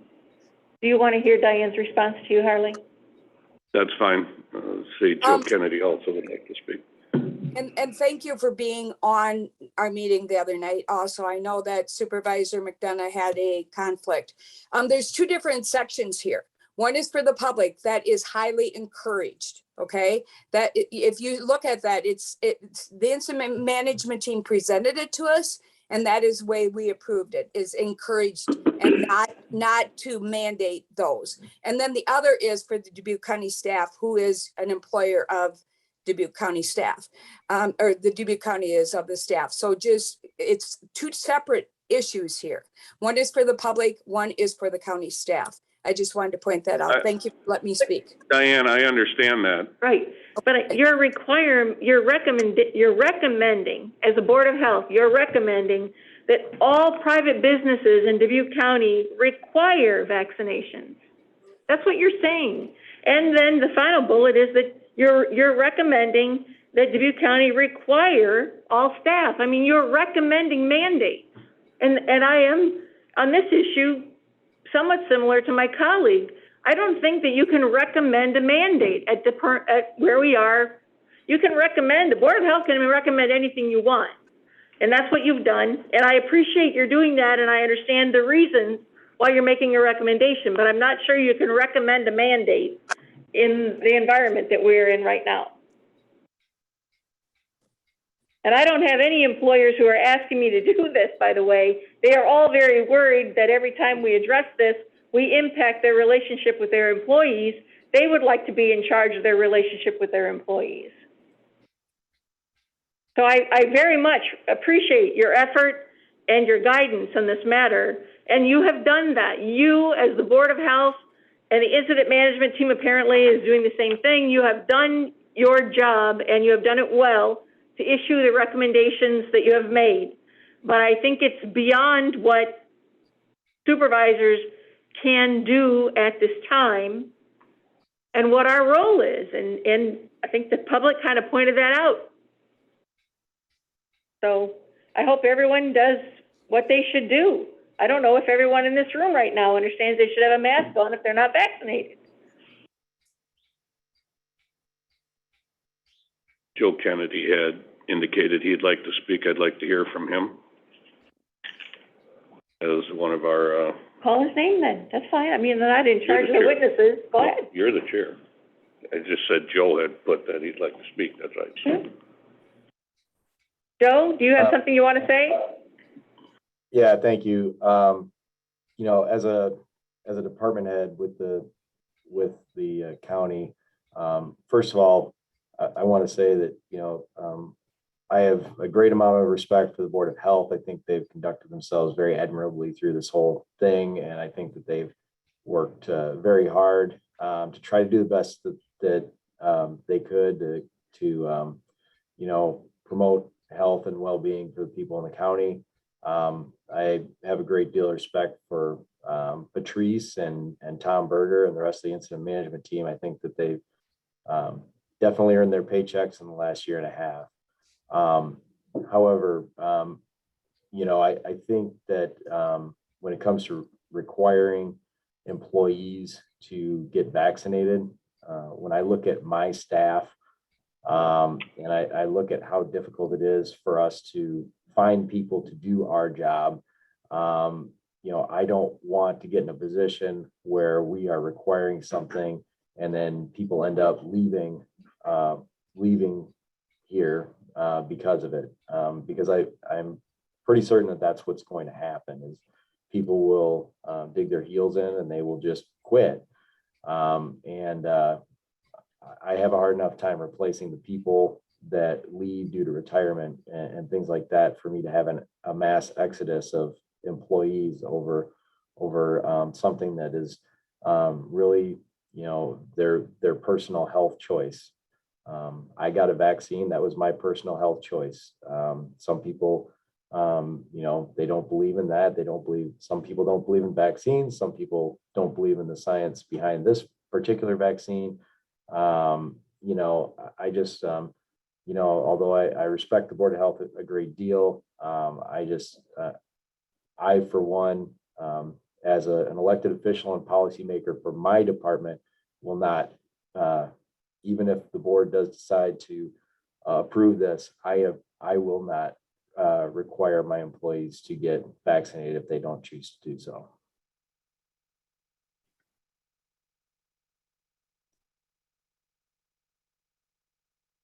I would really like to have us find a way to work together respectfully on all these issues, because the Board of Health has been given an impossible task, right? And we've had so much turnover, and we actually have quite dynamic people on the Board of Health that are looking at issues far beyond the vaccination and the mandate. They are working on issues that support public health through brain health initiatives, physical health initiatives, substance abuse issues. They are doing work that the whole county needs as high priority. And I don't want to be perceived by our comments today being not respectful. You are serving your role well, and I think your recommendations should sound on their own and stand on their own as well-reasoned and thoughtful by people we have asked to step forward as community leaders and take that role. But our role is different, and our role is also constrained at this time. It is somewhat restricted by what the state legislature has done, and they are in their role. So we all are, it's a different day. People, we need to be moving forward on the encouragement of vaccinations. I spoke to Director Garcia from Iowa Department of Public Health last week. She is most interested in helping support Dubuque County in any way she can with all of the things that are in the EPIC recommendation. So we have lots of people who want to make sure that we have ease of access to testing and ease of access to vaccines. So that is, I guess that's what I'd like to say. That I think we're in a much better place than we were a year ago, certainly. And the Delta variant is very concerning, and I do think we should talk about what we can do in terms of our own, with our Human Resources Department, what we can do for our employees to be safest, and as our guests come in, to make their environment as safe as possible. But I mean, are there other questions? Otherwise, I'd like to get back to, we do have possible action items on the agenda for today, and I would like to move through those issues as well. As I had stated earlier, I do not have a problem with the recommendation. As the Board of Supervisors, if we'd make a recommendation that Dubuque County residents wear masks, that's all it is a recommendation.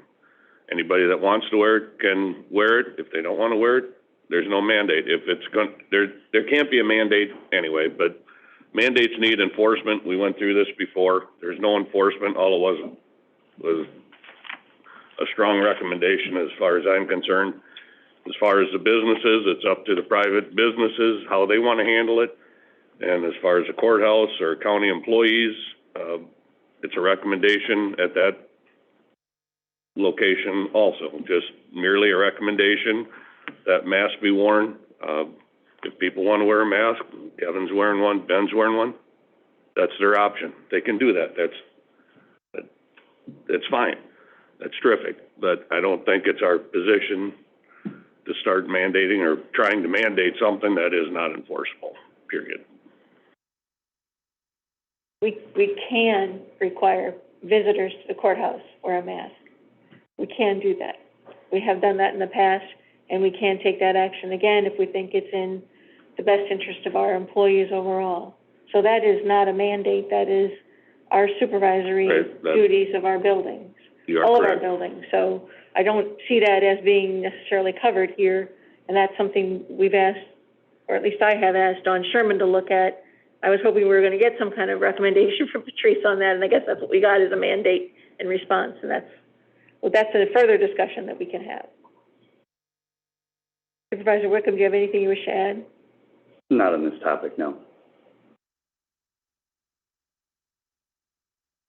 So with regard to agenda item number 1 under the work session, any possible action on Board of Health mask and vaccine recommendations? Is there anyone who wishes to take any action on that? It is actually in draft form, and if there's further issues needed, I would think we'd want a table to do something further. I would make a motion to table until there's more clarity in the resolution. I'm not interested in tabling it or approving it. Right. And I am actually there as well. I don't know what table gets us unless we, I thought you wanted to your recommendation. Right. What's that? You're the one who said table, but anyway. I said that's certainly an action we can take.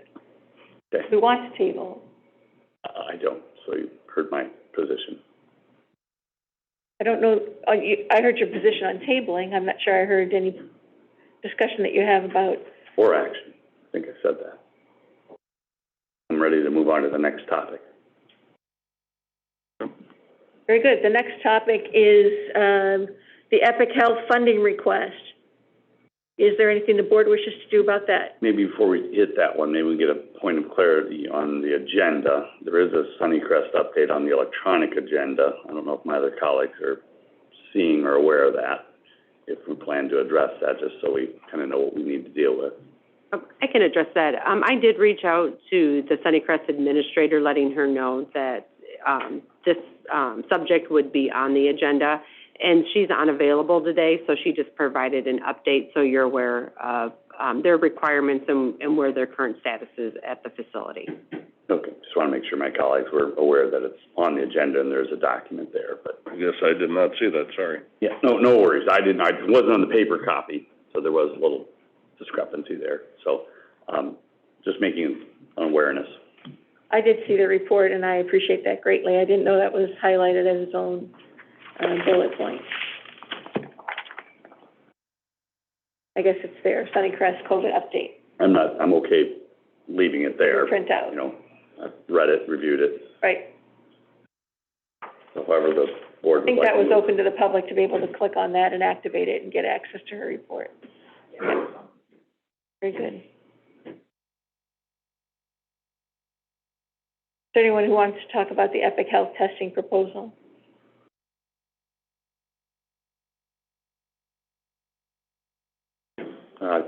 My comments would be, I think it's a good idea.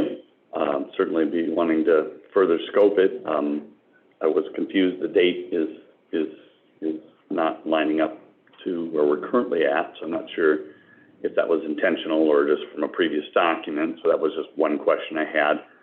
But obviously, I've always been an advocate of more testing, and I would be an advocate today of more testing. And so if this is one way to provide more testing in Dubuque County, I would be for this proposal.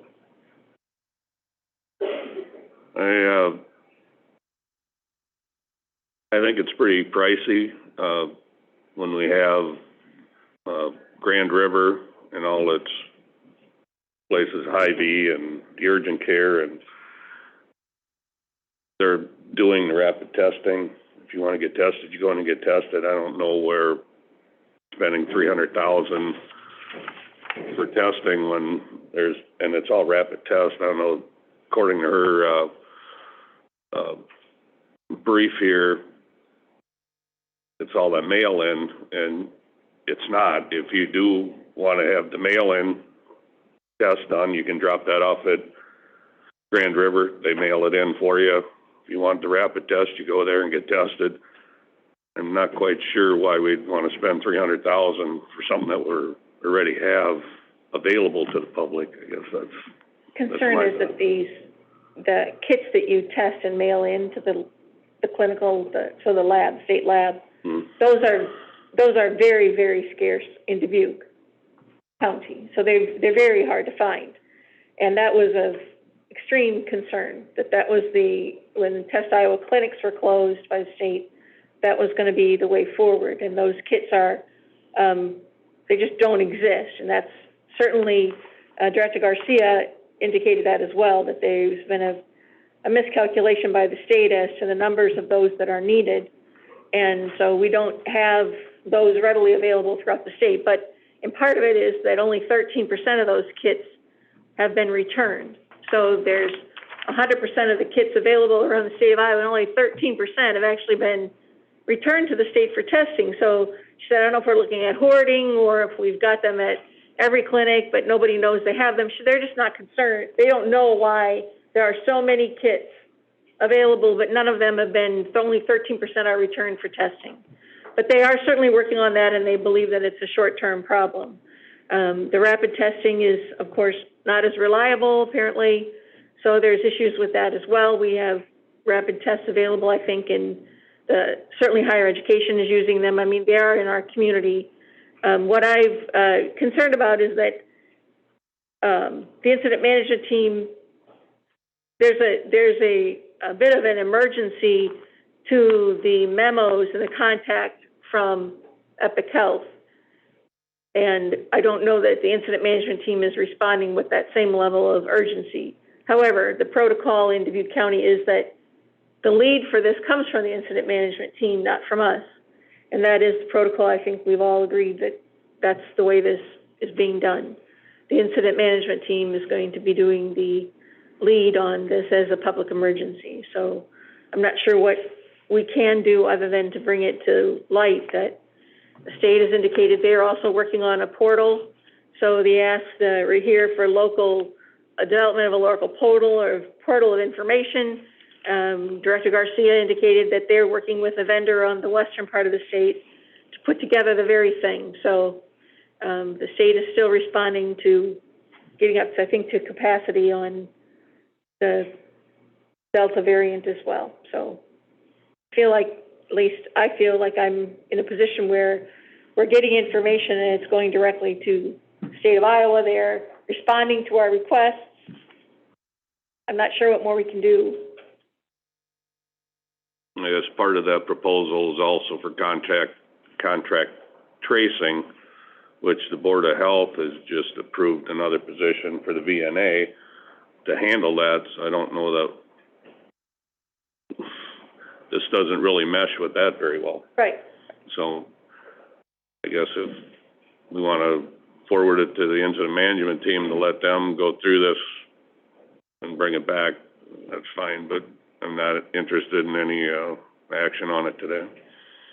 I'd support that move. I think that makes sense. Very good. Is there anything further on this matter?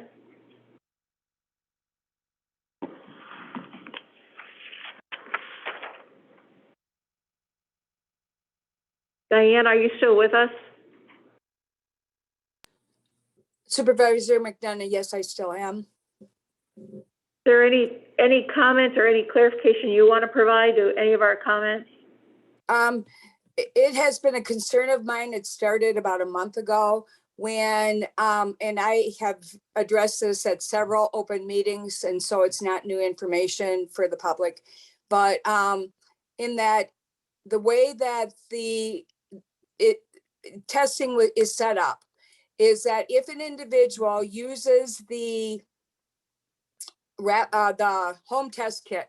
And thank you, Harley, for bringing up that there are other options, but though the rapid test kits at those other areas also, number one, it is at a cost, okay? So you're looking at a cost factor there to have a rapid test at those other options. But back to that, when an individual utilizes the state free test kit and sends it in, number one, there could be a time lag there, because you could either drop it off at a location which is identified as Grand River, the Public Health Department, VNA, Epic, and then a courier would pick them up. When the person the test goes to the state hygienic lab, the persons are receiving their information back via text message, via an email, if they are positive.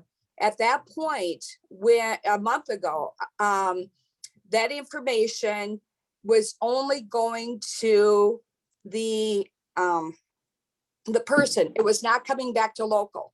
So no contact tracing could be done because IDPH was not releasing that information back to VNA, the Public Health Department in Dubuque County.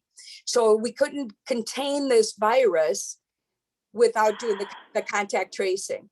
And so in conversation with Hendrik, he said, we need the testing, we need the tracing.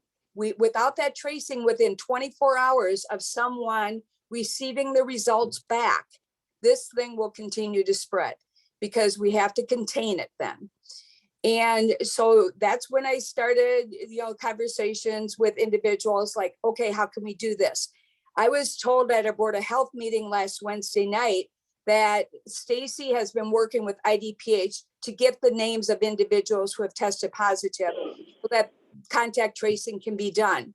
The issue still here is that I am hearing from members of the public that they have gone to their providers or called their providers to try, because they had symptoms that they thought was COVID. And we go back 18 months ago, this is deja vu to me. They go to their providers, and the providers, will either set an appointment for the next day or the day after, or they just tell them, just you've been vaccinated, just stay at home. Well, we know that a person who's vaccinated, there's a 5% chance they could have a breakthrough. Do we want to take a chance and have that spreading? And so with that, we need an option to do the testing quicker. We need the results kept local so that that portal could be used from sleeves up, maybe, or a different portal, so that information is available to now VNA to do the contact tracing. What I read in that proposal was that Epic would work with VNA to be able to provide them with that information. They would not be doing the contact tracing, but they would be working with VNA to do that.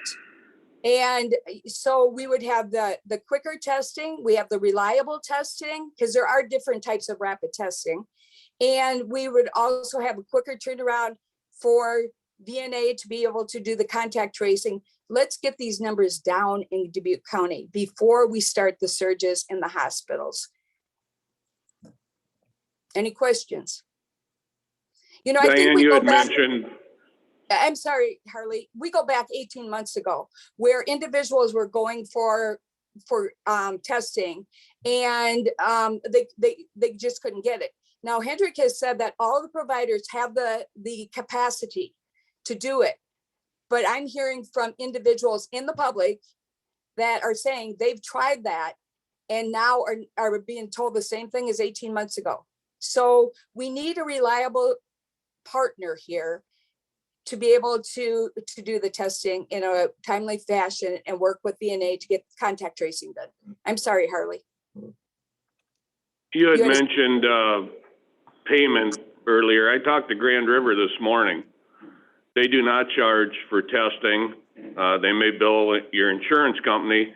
If you do not have insurance, it gets sent to the state, to that COVID fund for reimbursement, but the person is not billed individually for the testing there, and that's the rapid test.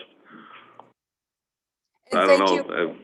Yeah, thank you for that comment, because then we're looking at only individuals who have insurance or who have the capability to go to the providers that have the insurance that they will apply to.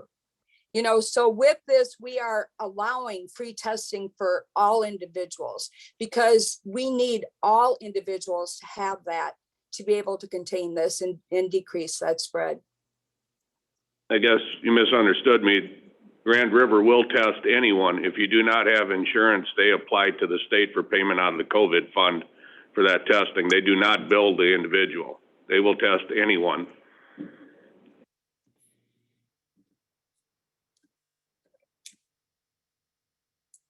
Very good. Is there anything further on this issue? None for me. I have nothing. Right. Thank you, Diane. Thank you. Thank you, Diane. We'll move forward then. On our schedule is a work session with May Hinchin. I believe she's here. There she is, looking so relaxed. May is the CEO for the Mental Health Disability Services District for East Central Region. She's going to give a regional update. Good morning. Thank you. So I have two things.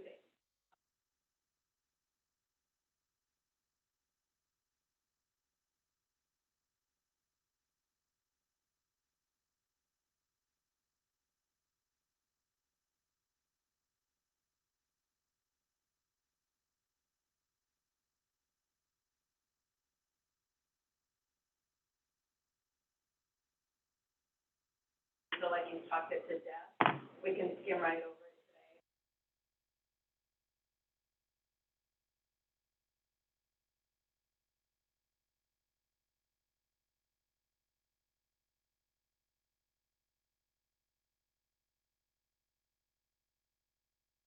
today. I think it would be appropriate to bring us up to date.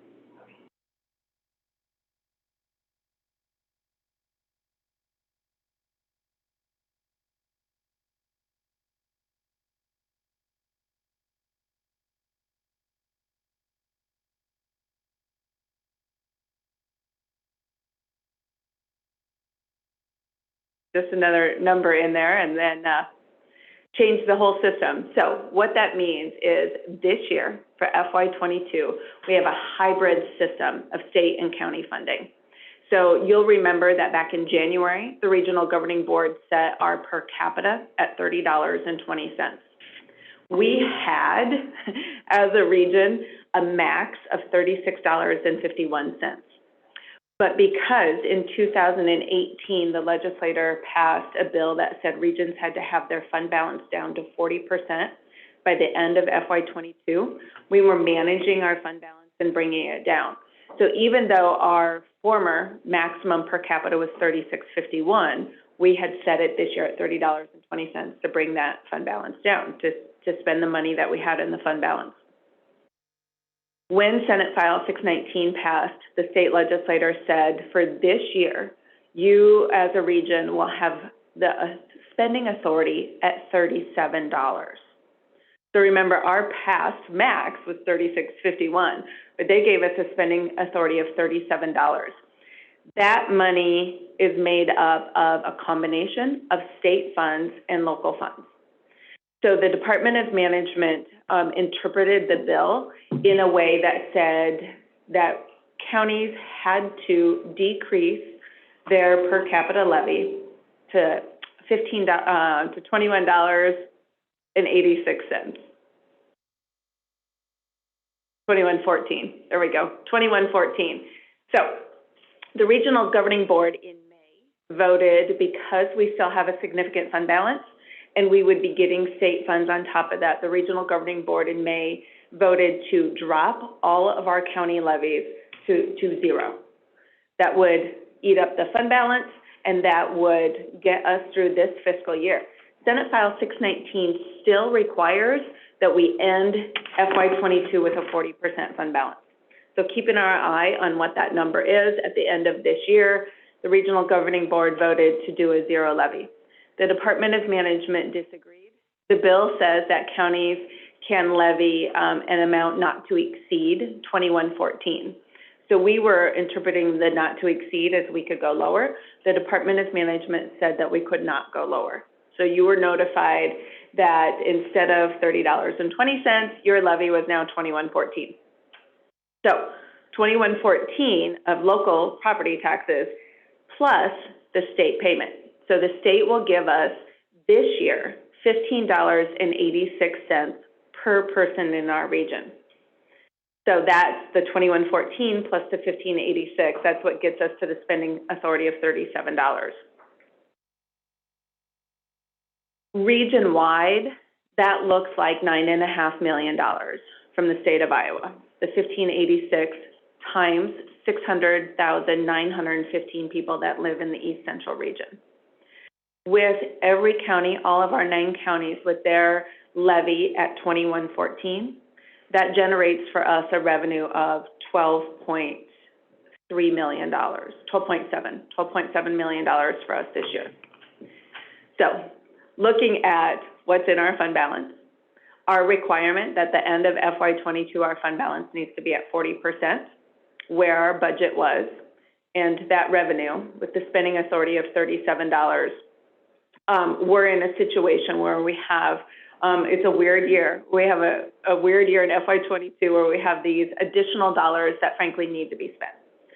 The bill says that any dollars over 40% at the end of FY22 will be returned to the state for the state incentive fund. The incentive fund has 2 purposes. The number 1 purpose in the bill for the incentive fund is to provide funding for regions who do not have enough money to pay for their operational budget. So a region that's maybe in the red. The number 2 function of the incentive fund is for regions to access when they want to develop new services and maybe don't have the funding to develop new services.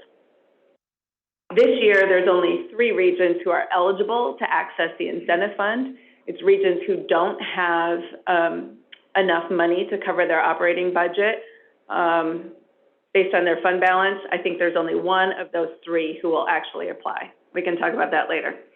So, Is that Polk County, May? yes. The other 2 regions are Heart of Iowa and Eastern region that are eligible, but I don't believe that they need to access. So keep in mind, our previous per capita maximum was $36.51. Across the state, we had a big continuum. We had from $21 to $48. So regions who had a $48 per capita maximum and maybe were at that $48, they're re-looking at their budget this year because now they're down to a spending authority of 37. Regions who were at 21, they're now up to $37. Our friends in the Eastern region who were in more of a financial restraint than us now have $37 to spend. They're adding more staff. They're adding 3 new services. They won't need to access the incentive fund because they have more spending authority than they ever had before. So it's very interesting what's happening this year. So this year, I want to talk about this year and the previous few years, and I'll really kind of talk about what we're doing this year as a region. So the bill also says that by the end of FY23, we have to be at a 20% fund balance. At the end of FY24, we have to be at a 5% fund balance. And then we're limited to the 5% fund balance every year thereafter. There is language in the bill about encumbrance. And if the region has money encumbered, then it doesn't count towards that 5%. We've asked the Department of Human Services 2 months in a row for clarification on that encumbrance language, and they don't have it for us yet. So looking at that. At the end of FY22, at the end of this year, Fund 10 goes away. You will no longer have Fund 10, and all the money that Dubuque County has left in Fund 10 will be transferred by the county treasurer to the Regional Services Fund. So in January, the Regional Governing Board had voted that FY22 was going to be the last year for fund balance projects. And this bill now just really confirms that vote of the Regional Governing Board. FY22 is the last year for fund balance projects. Now, I know that you have a fund balance project approved. You have another one that's coming up. So just to keep in mind, this is the last year. What is our balance? 1.22, I believe. I know it's 1.2. I don't, the rest of the numbers, I think it's 1.22 or 1.212. Projected. That was your FY '21 ending cash balance. Okay. So accrual might change that a little, but your ending cash balance on June 30th of this year was 1.2. So we have fund balance dollars available of over $1 million. Correct. So the bill says, I'm going to go back up to the incentive fund part. Any money that's left over above 40% at the end of this year will be surrendered to the state incentive fund. The bill says that first state dollars go back, right? We're going to get $9.5 million of state revenue this year. Anything of that 9.5 that's left over, so to speak, over that 40% will be sent to the state incentive fund. The bill also says any local dollars that were locally raised through our property taxes in excess of 40% will also be surrendered to the state incentive fund. Now, you guys are number 7 of 9 counties that I've been to so far to talk about this bill. And when I get to that point, everybody says, no. Right? We don't want local dollars to go to the state incentive fund. So I'm going to talk about that a little bit. We're taking action to make sure that any of our dollars that are local stay local. But this county is unique because not only do I say we're not sending any of our own dollars back, I want the extra $9 million that the state's funding. I want to spend all of those dollars too. And not all of our counties in the region agreed with that. So that's my perspective on behalf of this board, that not only do we want to have $1.2 million to spend on local projects, but I wish to aggressively take down the $9 million in state funding and not budget to return those dollars, because we do have unmet needs. Or regional projects, which may include local projects. Correct. So Correct. I want to, so it's two things. It's one, of course. You're not proposing all $9 million to be spent in your county. I would love if we would get that done, but you're not proposing that, Right, right? but I just want you to know what I'm advocating. So Well, I'm saying. making clear, I'm trying to understand that you're advocating for region, $9 million in region, not necessarily Dubuque County. For the East Central region. Just asking. I'm asking what you're proposing. We are part of the region, and so I wish to spend all of the $9 million. In the region. Correct, in Thank addition to our own fund balance money. Got it. That's, yeah, just wanted that clarity. Thank you. Right. Not everybody is there. Not all my colleagues on the governing board are there. May with the Access Hub discussion, that would be able to come out of that fund if that would proceed forward? It absolutely would. Yep. In addition to that, just that brief segue, Supervisor Potoff, the Access Hub has already been budgeted. The operational costs for Access Hub have already been budgeted in our operational budget. You certainly could do bricks and mortar type things with your fund balance project, but everything else is already planned for. I have planned in our operational budget for 2 additional Access Hubs in our region. Certainly, I've been pretty vocal at the regional level and the local level that I would love to see one in Dubuque County. I thought it was, but I didn't want to jump too far ahead. Absolutely, and it's a great question, and it certainly could come through a fund balance project to do the kind of the startup, the bricks and mortars type stuff that might be needed, could come out of your fund balance project. Okay. And part of that state funding could help us if we have shortfall with bricks and mortar. Yeah. Right? Yeah. So this is the year to bring an Access Hub to Dubuque County fully, richly.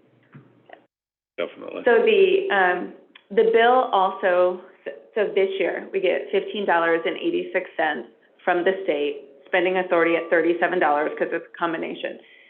In FY '23, we'll get $38 from the state, no local property tax dollars. You will no longer have a Fund 10. You will no longer have an MHDS levy. So next year, we get $38. In FY '24, we get $40. In FY '25, we get $42 from the state. And then after that, it's allowable growth.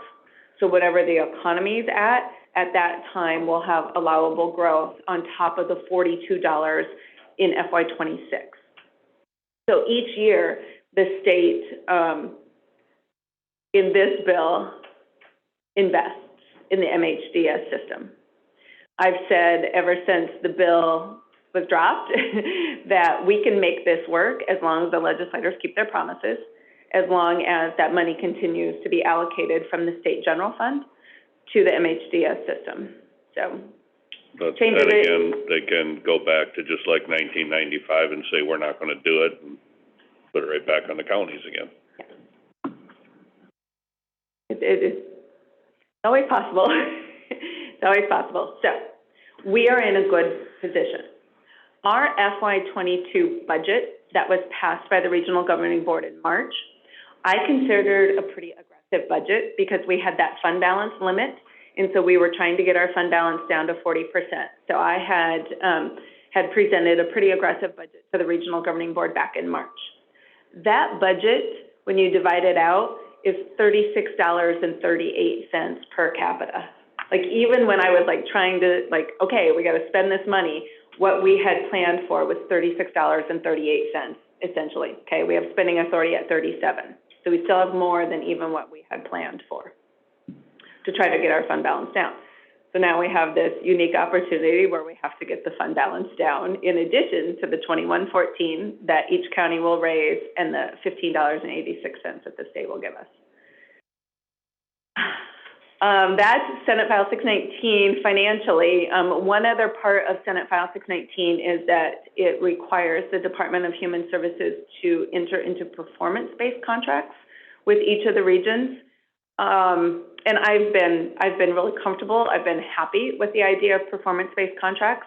I think that contracting system between the regions and the department really will, I don't want to say demand, but it really is kind of demand accountability. And I'm okay with that, right? I mean, I think we need to be held accountable for the service system in Iowa. I think it helps us to move the service system forward in Iowa. So we will enter into performance-based contract with the department by January 1st. We, as a statewide CEO group, met with the department last week. This was our second meeting to negotiate the contracts. We have another meeting with them next week.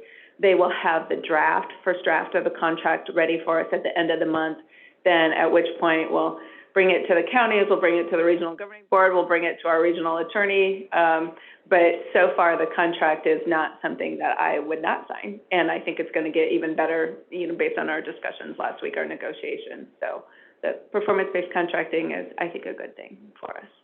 So any other questions about Senate File 619 before I move on? Yeah. Well, I'm not sure where you're moving on to, but the employees. Yes. So what happens to employees like yourself and others? Thank you, because I would have almost forgotten that. I need your input.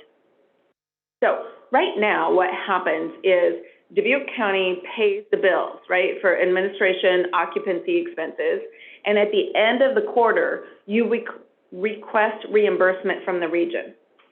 The way that this is going to work, we're pretty sure, in a discussion with DHS last week, I think this works.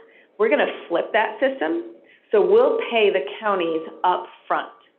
So rather than waiting for reimbursement, we'll pay the counties up front for administrative and occupancy expenses. So question for you.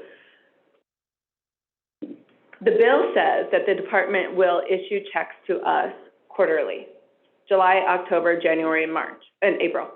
And this time, the first time around, we received the checks from the state on August 2nd. We didn't get it in July, but they say that they have the system now, like they've got all of their protocol and they've got the system figured out so that we should get it closer to the beginning of the month of the quarter. So my question to you, just your opinion, would you like a transfer of dollars from the region to Dubuque County to pay administrative and occupancy expenses quarterly, semi-annually, annually, like in July, big payment? That's another question before we answer that. Yeah. So what happens to the employees? Who do you report to? Who makes the determination of the employees? Is it still the region, or does the state have a say? It's actually still the county. We're also county employees. Talk me through that again. Okay. So I'm a Dubuque County employee. Understood, but you report to the region, To the right? region, You don't right. report to the Board of Supervisors. No, the way our 2080 is written, Who can hire and fire you? The regional governing board can hire and fire me. Got it. So you report, County supervisors can hire and fire the Dubuque County coordinator. not interested in hiring or firing anyone at this moment, just for the record. So what will the future hold? What's the future of that? What's the future of that structure? We see no change in that. There's one region in the state who the region has become their own. Sure, the state is funding this, we'll get the authority. Yep. That is very unique. That news just doesn't happen. I don't think that's gonna stay that way, but. Supervisor Wickham, this bill was a property tax bill. Oh, I'm aware of the background. Right, so all of the nuances, the things that you're thinking about, maybe weren't the priority of the As of legislature. right now, your understanding is,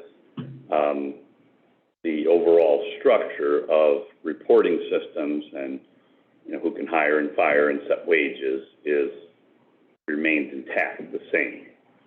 The legislators were very clear when they were debating this bill that they intended to not change the regional structure. Okay. They just wanted Just to the change fund. the funding. Okay, thank you. Yeah. So I don't know, this year, we'd be totally good for the region to give Dubuque County money for administrative and occupancy expenses for the entire year. In FY '24, when our fund balance is limited to 5%, I don't know that we'd be that good. My recommendation would be either quarterly or semi-annually. The other counties that I have visited with have been pretty comfortable with a quarterly payment from the region to the county. So your thoughts on that?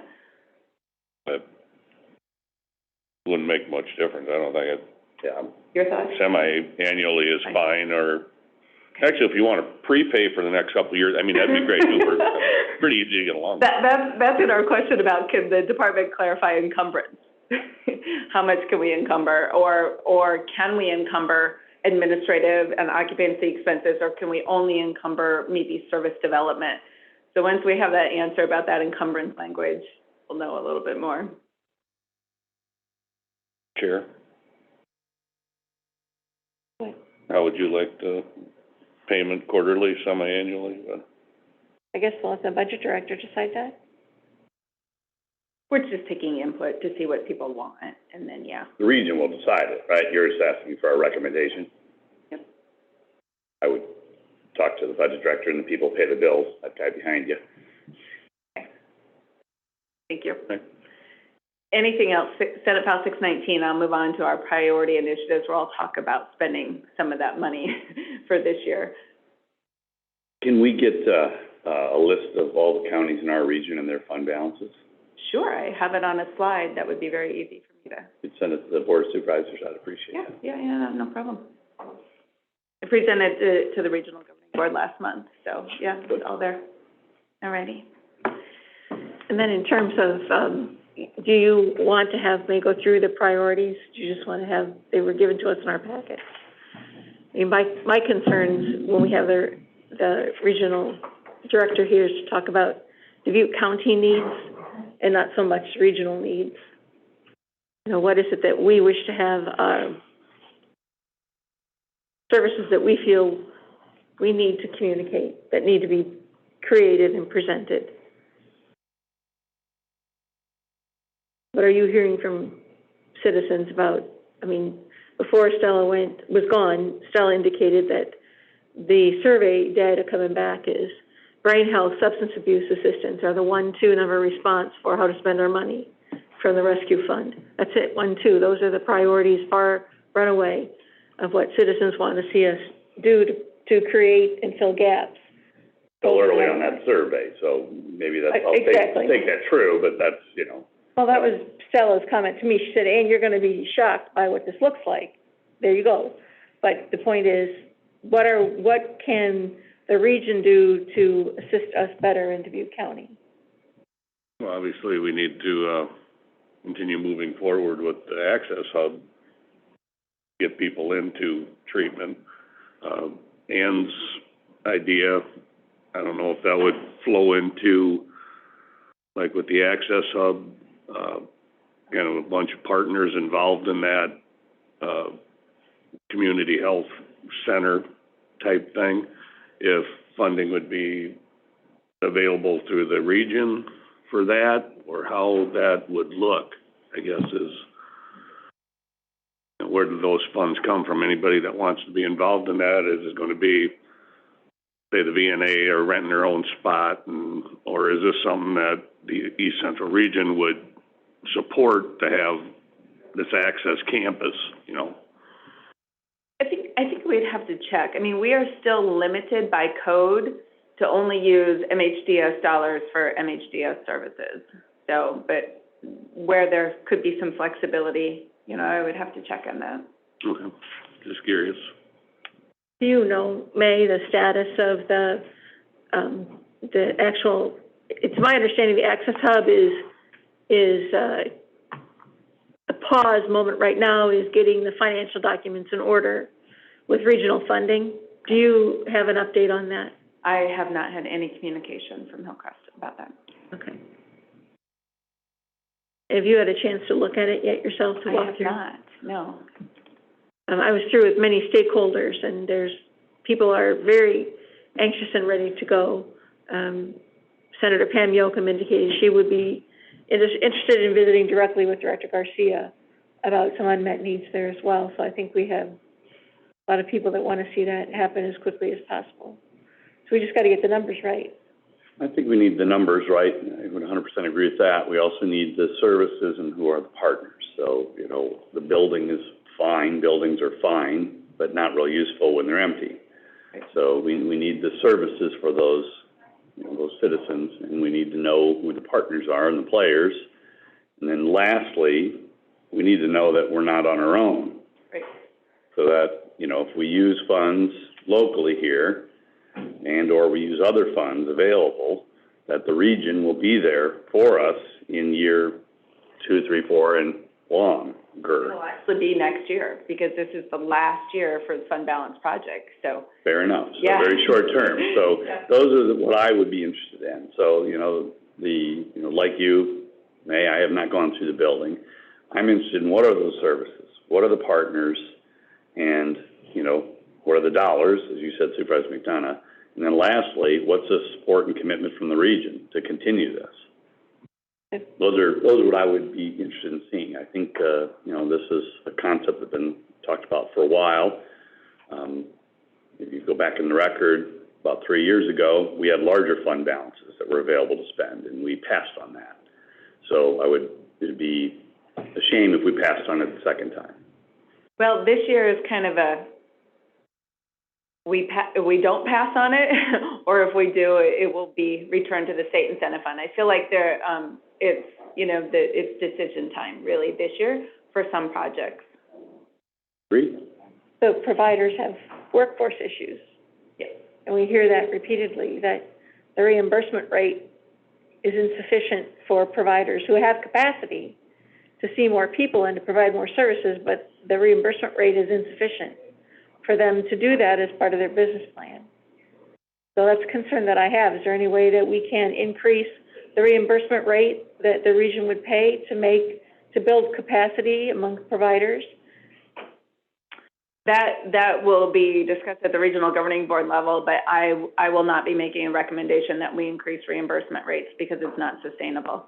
I will make recommendations that if providers have other things that they can carve out from their reimbursement rates that we can invest. For example, I have a recommendation in there for technology, and this is something that they've always built into their rates. Oh, we have to replace our computer system. If we help them with computer system or software, that's no longer a part of their rate, their reimbursement rate goes further to reimburse their staff. So those are the types of things I'm looking at, rather than, you know, a little bit more creatively and breaking it apart a little bit more than just saying, boom, here's an increase to your reimbursement rate.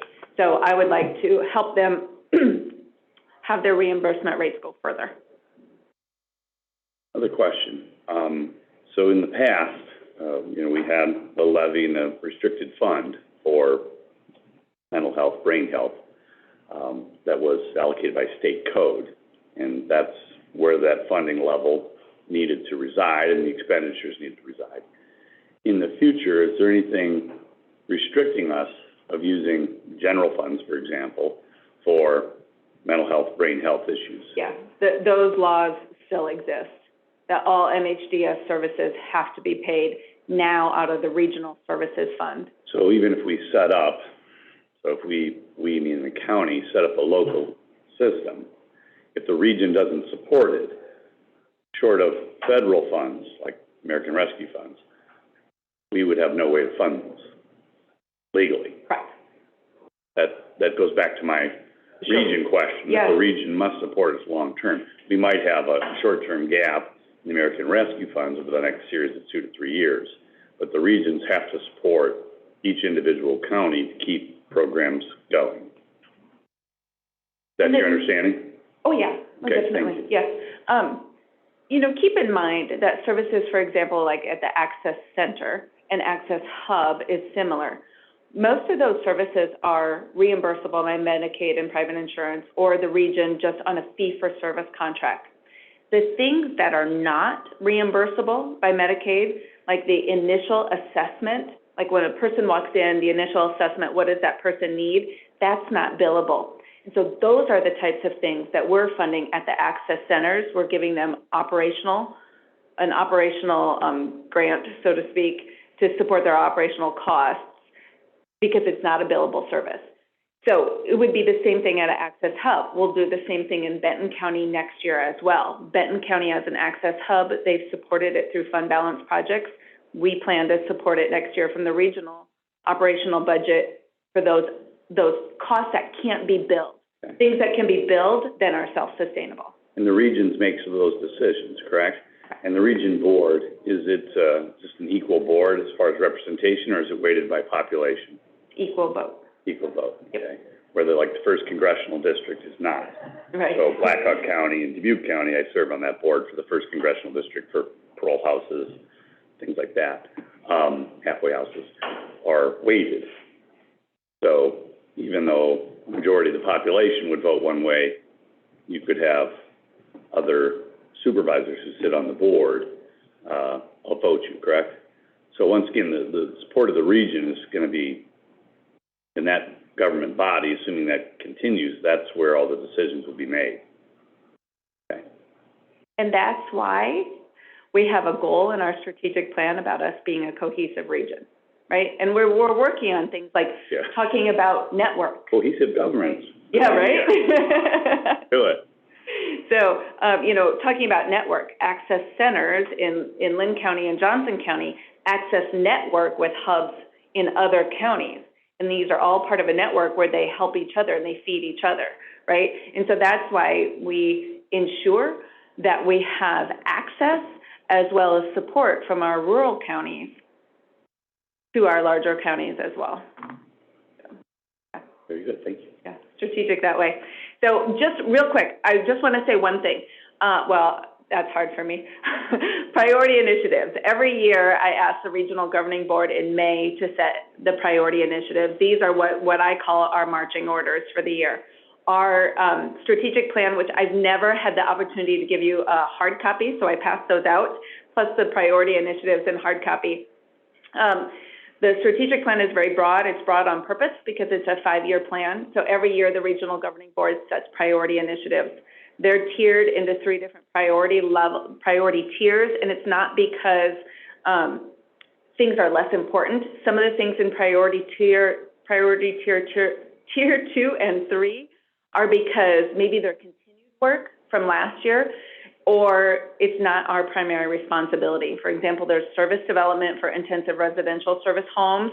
Primary responsibility lies with the managed care organizations, but we're partnering in that work. So that made its way into tier 2 because it's not our primary responsibility.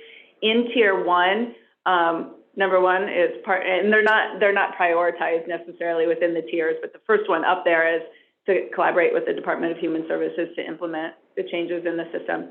Another big priority for us is workforce, and that's the one thing I want to talk about, that we understand what an issue it is for our providers. They're not exempt from every other industry right now and workforce issues. So we have a workforce task force that we've assembled. We have a meeting next Monday, our first meeting.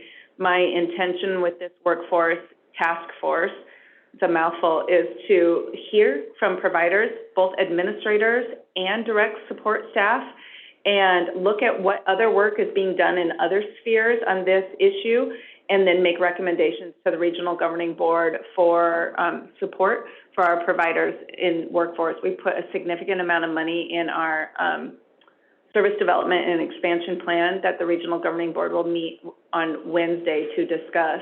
So really knowing that it's important for us to take care of our providers in our region, because without our providers, our people can't be served.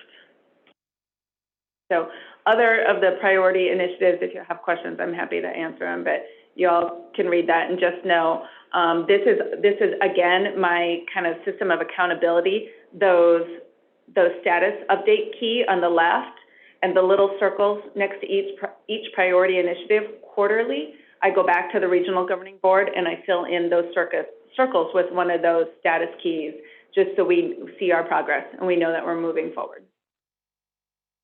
One last question, if you can give us some advice. And so what is your recommendation for the process we should use to basically allocate or implement our local fund balances within the Thank you for asking that. 10 months? I made a recommendation at the last Regional Governing Board meeting that wasn't necessarily acted upon, but I think it was accepted, that that we have those fund balance projects decided by the end of September. Of this year? Not implemented, but decided, correct. You made that recommendation? Yes. That puts us in a hard spot. Right. Well, it's a recommendation, right? The board didn't vote on it, but what's that? Can you change it, please? That's, I mean, we're not gonna solve that between now and September. Well, I mean, and perhaps you won't, and that's fine. I mean, it's fine. I just don't want us to get till next March and be like, uh-oh, we have a bunch of money that we need to spend, and we need to spend it in 3 months. You know, I'd like it to be really heavy in the planning this early in the fiscal year, and then we have the rest of the fiscal year to implement. Generally agreed with your concept, maybe the timeline. So I'm glad I asked the question. So you apologize for not liking your advice. Okay. I did ask for it. You know, maybe a January 1 or just prior to budget would be helpful for us. January 31st would give us more ample time to be able to make sure we do what we want to do. I mean, this board can just make decisions, but, you know, we're not service providers in this area, and there are some contingencies related to the region accepting ideas for future funding. They don't have to, but they'd be helpful. So that would be my contact. I don't know if my colleagues have any other time window, but the September one seems difficult. September 30. 40 days. By the way, we're also trying to get, you know, $9 million worth of allocations to American Rescue Fund at the same time. So we've got a lot of balls in the air. So that would be my request, a little more time. So Supervisor Wickham, let me ask you, if you were not able to decide on your fund balance projects until January, would you be able to get the money spent and those projects implemented in that last 6 months? Well, and so now we're talking details. Are you talking, you know, appropriated, or are you talking actual invoiced and done? I mean, there's has to be invoiced. So because at the end, cash basis, yeah. On a cash basis done, I don't know. That'd be a good question for the partners. I'm not gonna provide care. Those are the type of things that I think about. But I don't think it's out of the realm. I kind of thought about that too. I mean, you still have, you know, 5 months, so that's, you know, and keep in mind the planning and, you know, getting public approval, getting board support, approval. One, I know that that's difficult or impossible by September, unless you just want us to throw something on the wall, and I'm not prepared to do that. So anyway, a little more time is all I'm asking, and I threw out January. But yeah, I mean, it helps that you're telling us here's the rules of the game, because they keep changing. This might be the last time they stay stable for a bit, but we've been talking about fund balance projects since I got on this board for 5 years. So that's been going around, and they're like, oh, this is the last year. It's never, you know, and that has not been true. This might be the first time it is by law. Yeah. Because they actually changed the law. So yeah, I think more time would be helpful. And you're also telling me the region has to approve it? Is that, I mean, what's the governance on this? What if you say no, then we can't do it? The process is that the regional governing board does have to approve it. Approve our project. 100% of fund balance projects in the history of the region have been approved. Once they've been vetted by the local board, we've Yeah. never had a fund balance project denied. Agreed, yeah. I was envious of other counties in the past that have had theirs approved. So this is our time. So, okay, thank you. The critical need here, the number one need here is the access hub. So it's primary that I would ask you again to please be through the facility, and again, to give us the highest ranking of your business people to look at the plan.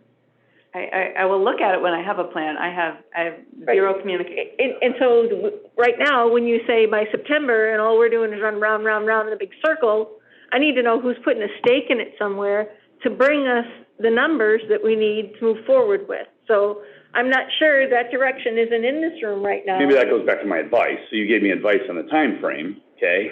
Do you have any further advice? So I'm still listening. I didn't like your last advice, so I'll be gentle. You have to be completely with us. Yeah, what is your other advice? So, I mean, I need to see, we need to see, the region needs to see what's going to be in this access hub. Your questions were right on, Supervisor Wickham. What are the services? Who are the partners? What services are billable? What services would need regional operational support? That's what we need. Like, this is a commitment. This is going to be what services are available in the access hub, and here's how it plays out for the region. Okay. And I know Ann has been working. No, the awkward thing is that people think that they're waiting for these folks, and these people think they're waiting for these folks, and meanwhile, nothing's happening, which is the Dubuque story ongoing, right? It's like, well, these people are trying to work, and you're trying to work, but nobody's ever pulling it all together to get it accomplished so that we can spend the money. That we've never had this kind of fund balance at our disposal. We've had more. We've actually had more, and you voted against it, but we've had more in the past, and I want to make sure we don't miss the opportunity. So I think that's key. What I'm hearing is you need a plan, you need a document, you need a proposal. Yep. And so my request is not to cut us off at September. I would like a few more months to have our partners and other ones work on that proposal. My other question is, have you had any dialogue or discussion related to, let's look at a 3 to 5 year time frame of local fund balances and American Rescue funds, implementing those in conjunction? Do you have any comment or advice in that, co-mixing funds? We had a pretty brief discussion at the regional governing board level, perhaps in April or May, about American Rescue Plan dollars, and I'm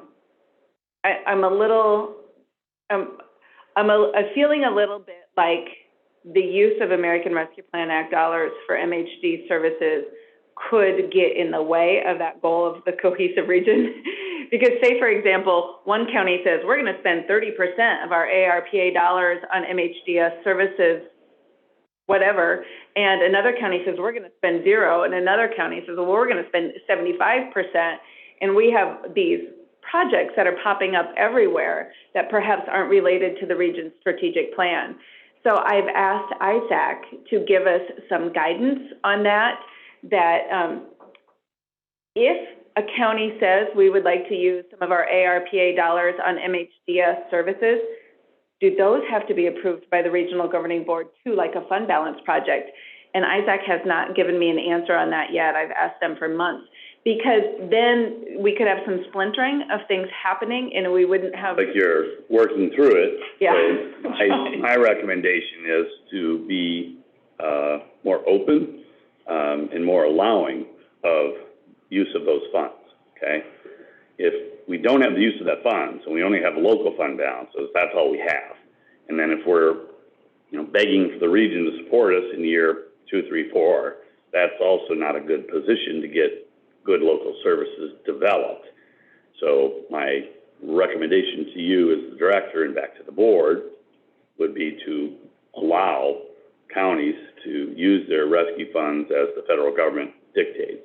Or I'm sure we can. Not the regional board Yeah. saying, well, no, I have advocated that position. I appreciate that. I was aware of That's where that. one of the regionalization issues fracture, because larger counties want to do something that maybe smaller counties don't. Well, because we receive so many more funds because of Right, our population. exactly.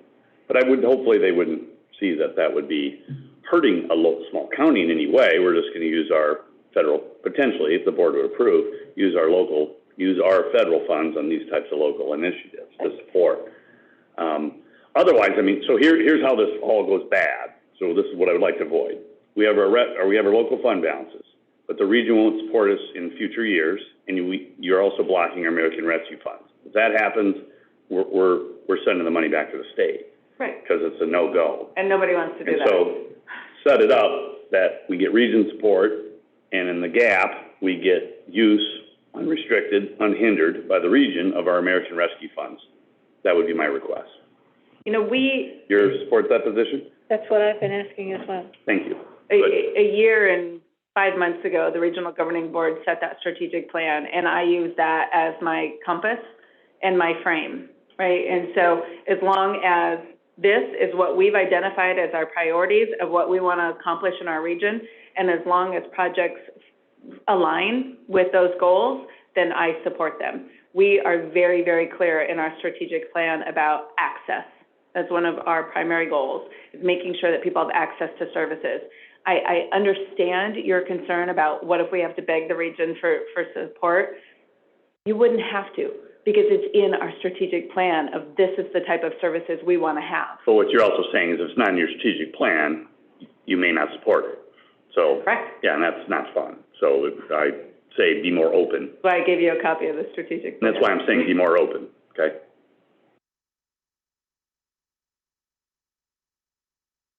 I have no further questions or comments. Supervisor Pada? I have nothing.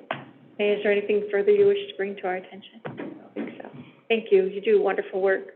Thank you. Thank you, May. All the way from Director Garcia, who assured me that we are blessed to have you.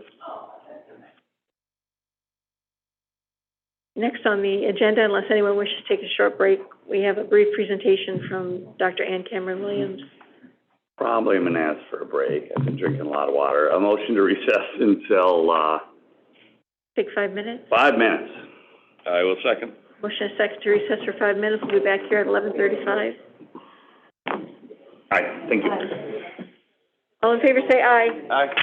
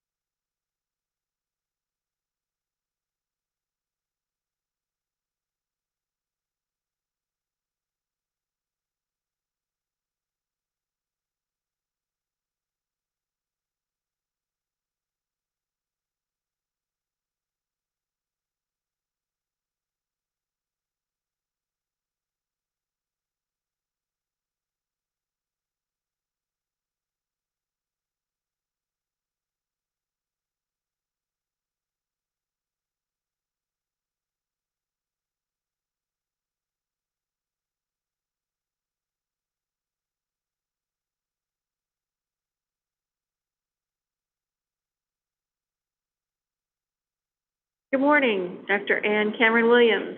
Welcome. Good morning. Happy Monday. Good morning, Ann. I think John is going to put up the summary that was included in your packet. I am asking permission to move forward with submitting a federal grant for $1.125 million over a total of 5 years. So it comes down, if my math was right, $225,000 a year. This effort will support a community collaborative. The community in this case is Dubuque County. Can you hear me? No, I'm having a little trouble here. I don't know if that one's running over there or what. Can't hear over the blowers. I have no idea how to turn the blowers off. That's the request. Let's see, we almost hit 80 last time. Okay. I'll make this brief. Please do. Like all areas of the courthouse, you can either have air conditioning or you can hear people. I got it. You got to choose every day. So this is a county collaborative with both school districts, and it aims to create more and better opportunities for students with intellectual and developmental disabilities in our school system that are coming out of high school and transitioning into the community. Primarily, it's going to be into work settings, also post-secondary settings, as well as considering independent living settings as opposed to congregate settings. You can see that we've been working on this. It's still a work in progress. But we have our community members set, and you can see that is quite a, I'm impressed with that list in terms of how many community people in the county and outside of the county as well have jumped into this effort to make things better for students with intellectual and developmental disabilities and also their families. So I'm really excited about this. The writing is happening now, and I am hoping to be able to submit this within the next month. We have all of our letters of support in place. We have negotiated agreements. They're not contracts yet. Pending federal review, they would become contracts for people to be on the advisory committee and to do things like training, convenings. The Community Foundation is a partner in this to raise some convenings and with the chambers of commerce throughout the county. And then we've got some people that are out of Dubuque that are phenomenal. We've got the BD Council, which is in Des Moines. That's a governor-appointed council, all about advocacy for intellectual and developmental disabilities. We've got the Disability Rights Iowa, which is also working with this office, our Office of Mental Health and Disabilities, and the Public Health to stand up a vaccination clinic for people with disabilities of all types in the county, and that's going to be slated for September 25th. But DRI is also in to help with individual rights of people with disabilities. And we've got the University of Iowa, their University Center for Excellence in Developmental Disabilities.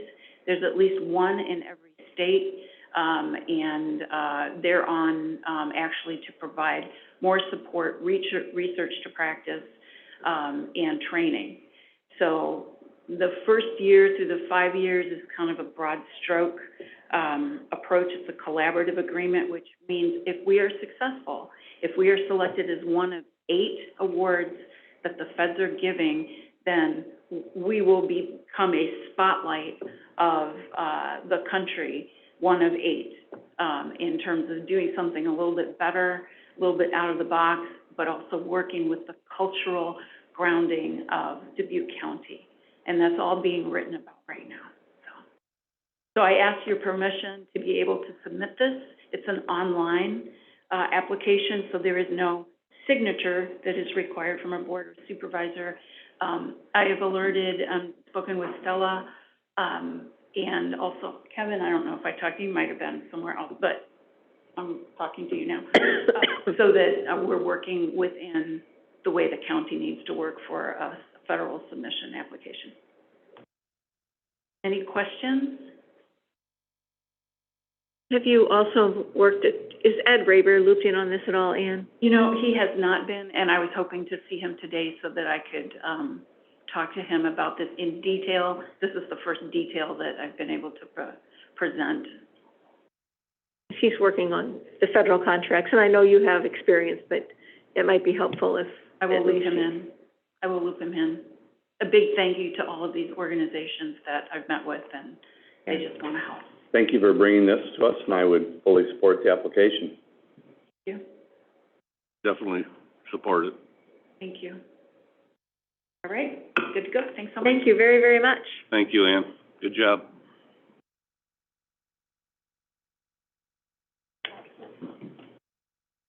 Next on the agenda is a work session to discuss the Conservation Board referendum. Is Brian here? In the waiting room, the green room. Hi, Jenny. Hey, Jen. Hey, Brian. Good. How do you want to do this?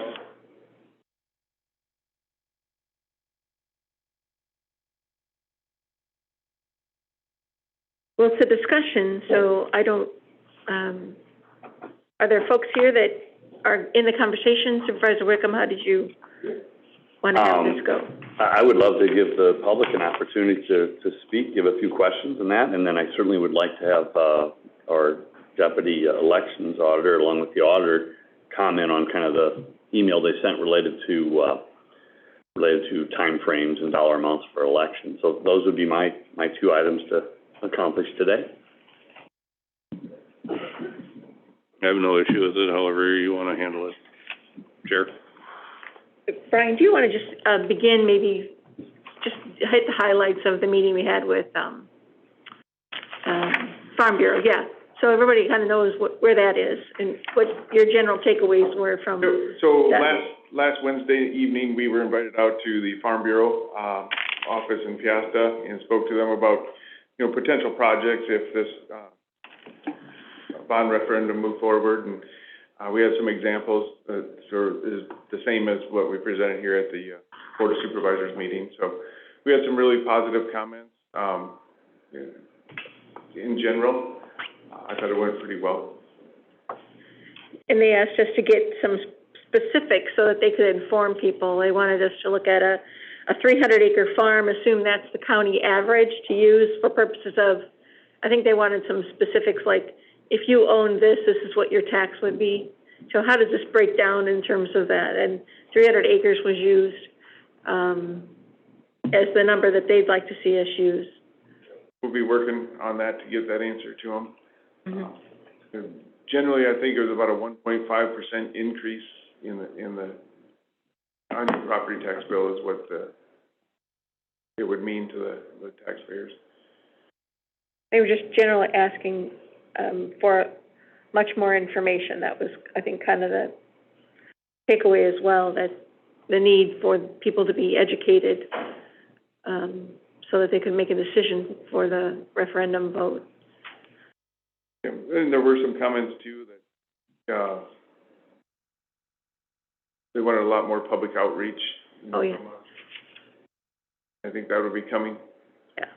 They were also, it was interesting because they wondered why nobody from Farm Bureau or from an ag community background was on the Conservation Comprehensive Plan Committee in those conversations over the years. I mean, they're members of the public, obviously, but then also what is their role? How do they intersect with the organization that's moving this forward?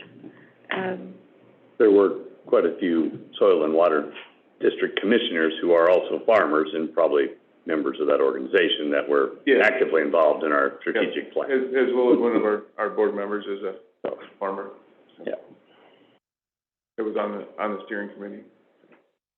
I did have a request, probably the same one Ann had, is how much more a tax would be to a person owning 300 acres. So I'm not sure it's the same one, but well, that was the number they gave us to say that's what the number they'd like to see be used. Well, this one said 300 or 400 acre farm. How much more would it be? So, and we'll work on that. We'll get that to them. But that was asked by Farm Bureau. That's the average acreage that a average farm in Dubuque is 300 acres, so Yeah. I figured What was the increase? I guess I missed it. 1.5%. That would be a lot higher than your $36 on a $150,000 house. Right? I think you better be careful with the percentages. You're talking about the percentage of the county assessment or percentage of the whole tax bill? So, I mean, you got two issues going on. Good questions, we talked about that. Yeah. That's what I think we gotta do, is get that information, define the variables, and then set up the examples so that it's understood exactly what it is that people are being expected or should anticipate their liability might be. So that was pointed out at that meeting too, what are you using? And so it all comes down to education, but I think we have some work to do here. And Brian, I'm not suggesting you did all that since Wednesday, considering every other thing that happened in the interim, but, We were a little tied up on Thursday. yeah, everybody was tied up on Thursday. So, but it was a good meeting, and they were certainly open and interested. Yeah, I thought the conversation went really well. Lots of questions and. So good.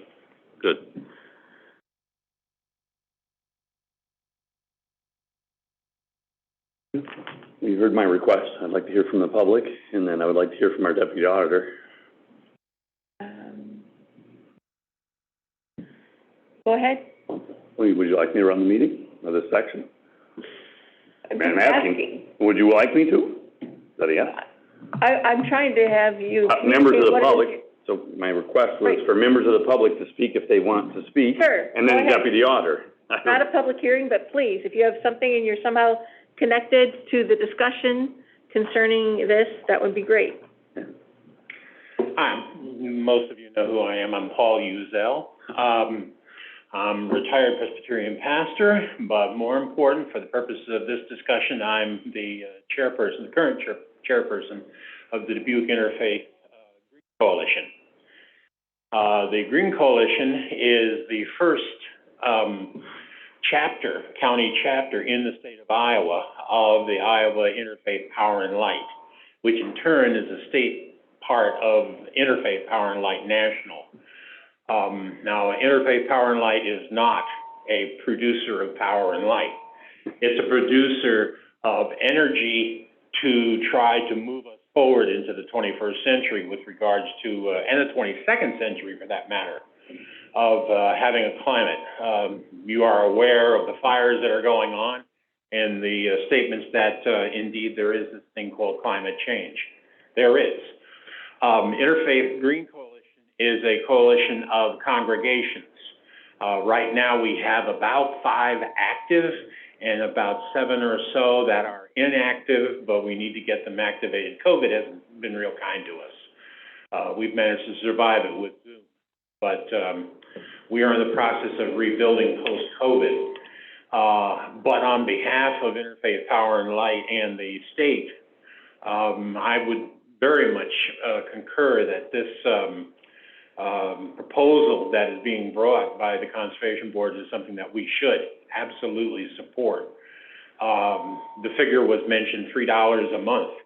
I'm a property owner. I don't have a great big property. It's just south of UD, so it's not real expensive.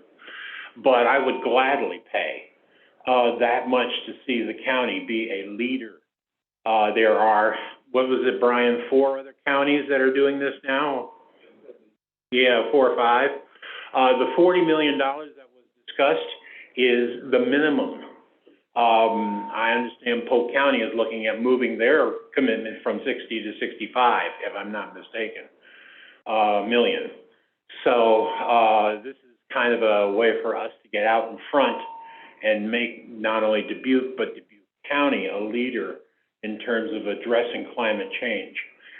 I have some reservations about particularly non-permeable paving, and so the questions about the Heritage Trail were interesting.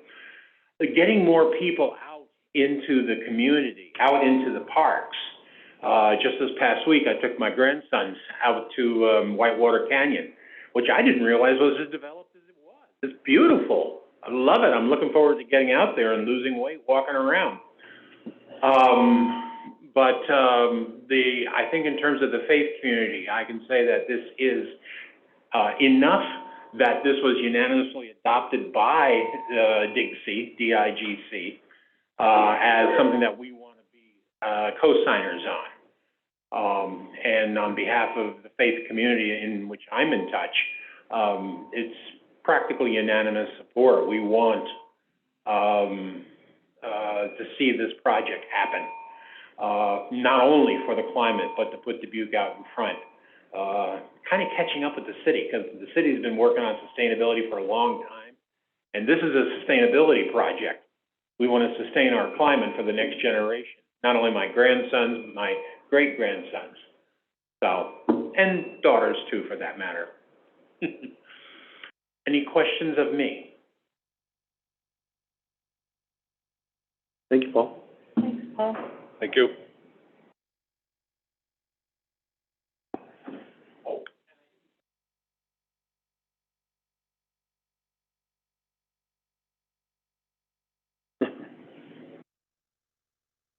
Don, do we have Ed Raber with us? Do you know where he is? No, he was last night. Okay. Because he had mentioned some protocols about the Conservation Board's ability to advocate for this as compared to being educational, that we were discussing, like, how does that work? That we can't take an advocacy role, we can only take an informative role. And that was kind of a big question mark about how do we proceed as county staff to work on the referendum. So I guess my question would be, who is doing the work of advocating and getting out the vote and the political arm of this? Who is that? I don't know the hard answer, but it would be a good question to propose to the PAC if they're interested in speaking in public. If any members from the public would like to speak, I don't want to put you on the spot, but that was my request. The podium's empty. If anyone from the public wanted to speak today, I'd like to hear from them.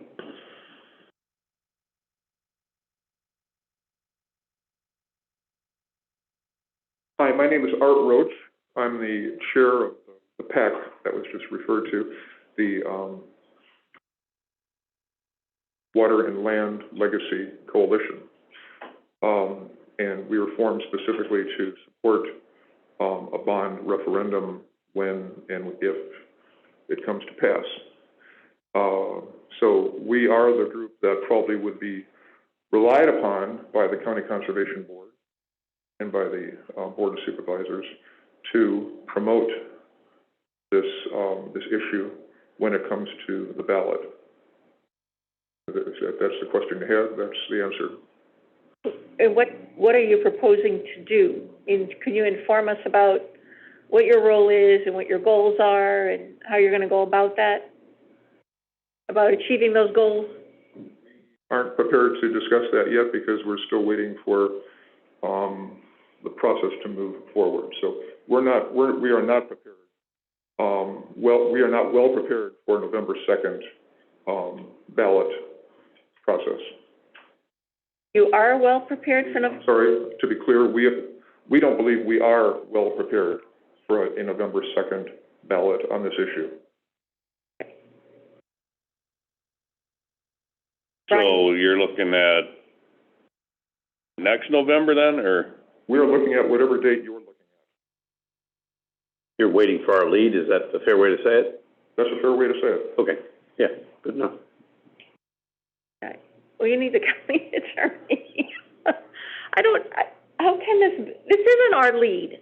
This isn't our lead. It's coming from your board. Well, And what is the way forward? I mean, citizens are asking that, like, how do we get this done? I think it's what we're doing right now. So you're a private citizen, you're a private group. I appreciate your honesty. He just said they're not ready for a November 2nd ballot. That's fine. He's a private citizen, they're a private group. This is government. So I'm okay with that. Conservation Board voted unanimously to bring this forward to us, and I think it's in this public dialogue and process. And sometime in the near next couple of meetings, we will need to make a yes or no. But I think right now, it's fair enough that we're learning, we're understanding, and we're getting dialogue from the public. That's how the process should work. So I'm comfortable so far with the process. I'm extremely not comfortable. Okay. How do you fine. feel, Supervisor Potoff? I guess Art's the one that is willing to promote this for Brian. Obviously, I can't promote it.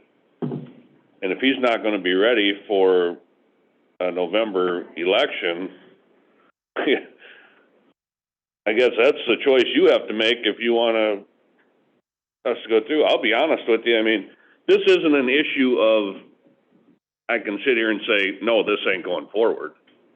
This is an issue that needs to go to the public. It's a citizen voter issue. They're the ones paying for it, not the county. So it's going to go to the voters as far as I'm concerned. But you guys need to be on the same page as to when you want it to go, so you're ready. I disagree with that. So political action committees go a lot of ways, left, right, sideways, up, and down. And so to tell a government official paid by the taxpayers that like up, down, left, and right, I don't think you want a political action committee to be influencing our department heads on any side. I think they should respond to their boards and respond to the public. And so that would be my first thought, is that, you know, I like Art, actually like what Art stands for, but I'm clearly recognizing he doesn't work for the government and he doesn't receive tax dollars. I do, Brian does, and so, you know, I don't see the Conservation Board necessarily taking any marching orders from a political action committee, even though I personally like the stance that that committee is taking. I think the way forward is more discussions like this, hearing from the auditor related to election options, and then back to us to decide if we put it on the ballot, and then it's in the public's hands. I agree 100%. Then it's just in their hands to decide, and it's in the public to have open dialogue on what they want, and then November 2nd is the judgment day. I guess I was a little confused because I never heard anything about this bond thing until Art called me. So I wasn't sure. Yeah. I had no idea what he was talking about initially, to be honest with you. And it's like, no, Art didn't originate this. So I'm sure Art has a lot of good thoughts, but it's been around. And it came out wasn't really what I would consider straightforward. It seemed like I kind of got whacked over the head with a baseball bat. You know, yeah, you were kind of behind the scenes on the Conservation Board, so you kind of knew what was going on, and I don't know what Ann knew about it, but Art calls me and he's telling me about it. I had no idea what he was talking about. Art called me too. Yeah. And that was my. And it's fair enough. That was a couple months ago. Okay. That was a couple months ago, and we've had a couple meetings, so hopefully people are getting comfortable. And that's the process, is for us to educate and understand what, you know, what's on the table and what we're proposing. And, yeah, it was an idea that had been germinating for probably a series of years. It's not an original idea. There's multiple counties doing it. As far as the population of Iowa, over 50% of the population of Iowa has already had the opportunity, at least voting age population, to weigh in on this. And Dubuque County would be another one if the Board of Supervisors decides to place it on the ballot. And so that's kind of a little, you know, back history. But I'm interested more in the future, is like, okay, what are our options? And hopefully the Assistant Deputy Director of Elections, sorry, Jenny, messed your title up there, could give us some more insight on election options. That's what I would like to learn this week. And then next week, I'd be interested in peeling back some more of the numbers. If I have an option as a supervisor, I would place this on the November ballot next year. That's what I would do. That's where I think it belongs. That's where I think people are best going to be educated and informed, made aware, and people are going to vote in that election. That's where, if it's up to me, that is, yes, I want to have this be on the ballot for people to decide, and the people are going to decide. But if no one in this room thinks they're ready for November 2nd, I don't understand why we're Well, it's not close Assuming to it's gonna nobody. be on November 2nd. Not close to nobody. I firmly believe we should be at November 2nd. We should move forward. Government delays a lot. I think it's the opportunity that we've got local school board elections, and we've got city elections. And I think this November is good, as good as any. Now, if that goes and passes, I'll probably agree with you. Okay, so next year, because I'm not interested in ending this forever, but I think the opportunity is now. I think. But if you live in an unincorporated area and your school board, Western Dubuque, has no person that it's a contested race, this is the call that I got over the weekend. What's on the ballot in November? What is it? Who would know that you're supposed to vote in November if there's no city races if you're in the unincorporated area? That's why we have public meetings. I think you just, go broadcast it. Right. But this is a big problem for me that nobody's ready for November 2nd. I don't know how we keep marching I think we to just that had a date. citizen, Paul, said he was ready and he supported it, so your nobody is a little exaggeration. And when Art and So I maybe spoke you're months not. ago, I asked you for a petition from citizens. And you assured me that there was something like that in the works. There's not a petition from citizens. Art, didn't you, in fact, bring it to the Conservation Board? Yes, I did. I'd like to just say a little bit more to complete the thought that was started earlier. Did approach the County Conservation Board. We did approach the supervisors, and I approached several of you individually, personally, on this topic. In the time that's passed since I got involved in this project, I have come to believe, as have the other officers of the PAC and other members of the coalition that have met a number of times, 5 or 6 times since we began meeting, all of whom believe that we are jumping the gun, and that we're not going to be ready for an election this fall. We originally were talking about September, then we're talking about November, and none of us believe that we can do this successfully in that amount of time. We are happy to be at the service of the citizens of Dubuque to move this issue forward with more adequate time, and we'll be absolutely able to present you with a plan that I think you'll be happy with and believe that you can be successful with.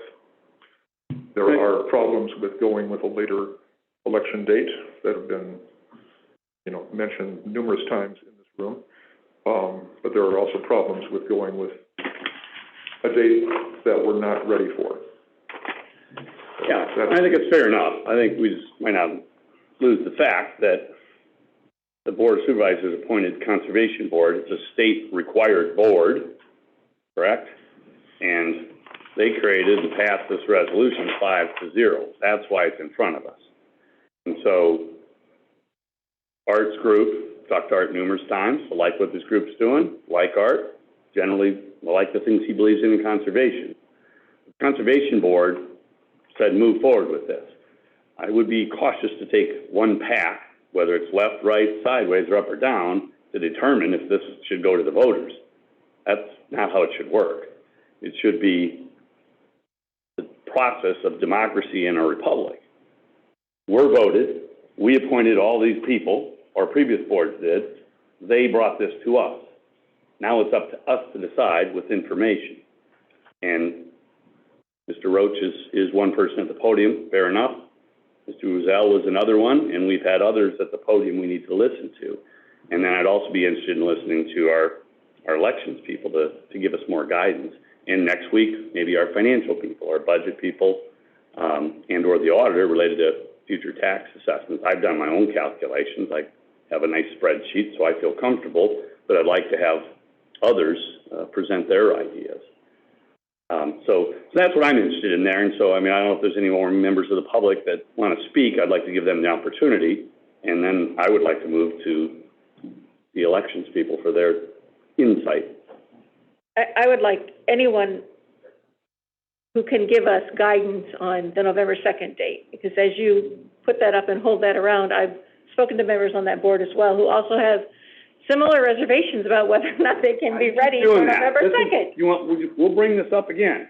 This is a 5-0 vote and their signatures are on here. So you keep floating around that they don't believe on their signatures. And I would really take offense to that. Then you should take offense, sir, because that's what I'm telling you. Wow. There you go. That's the truth. Then I can't portray it for you other than what I know it to be. I can only portray what government process and open public records indicate. And you're giving me rumors and innuendos. And I take offense to those.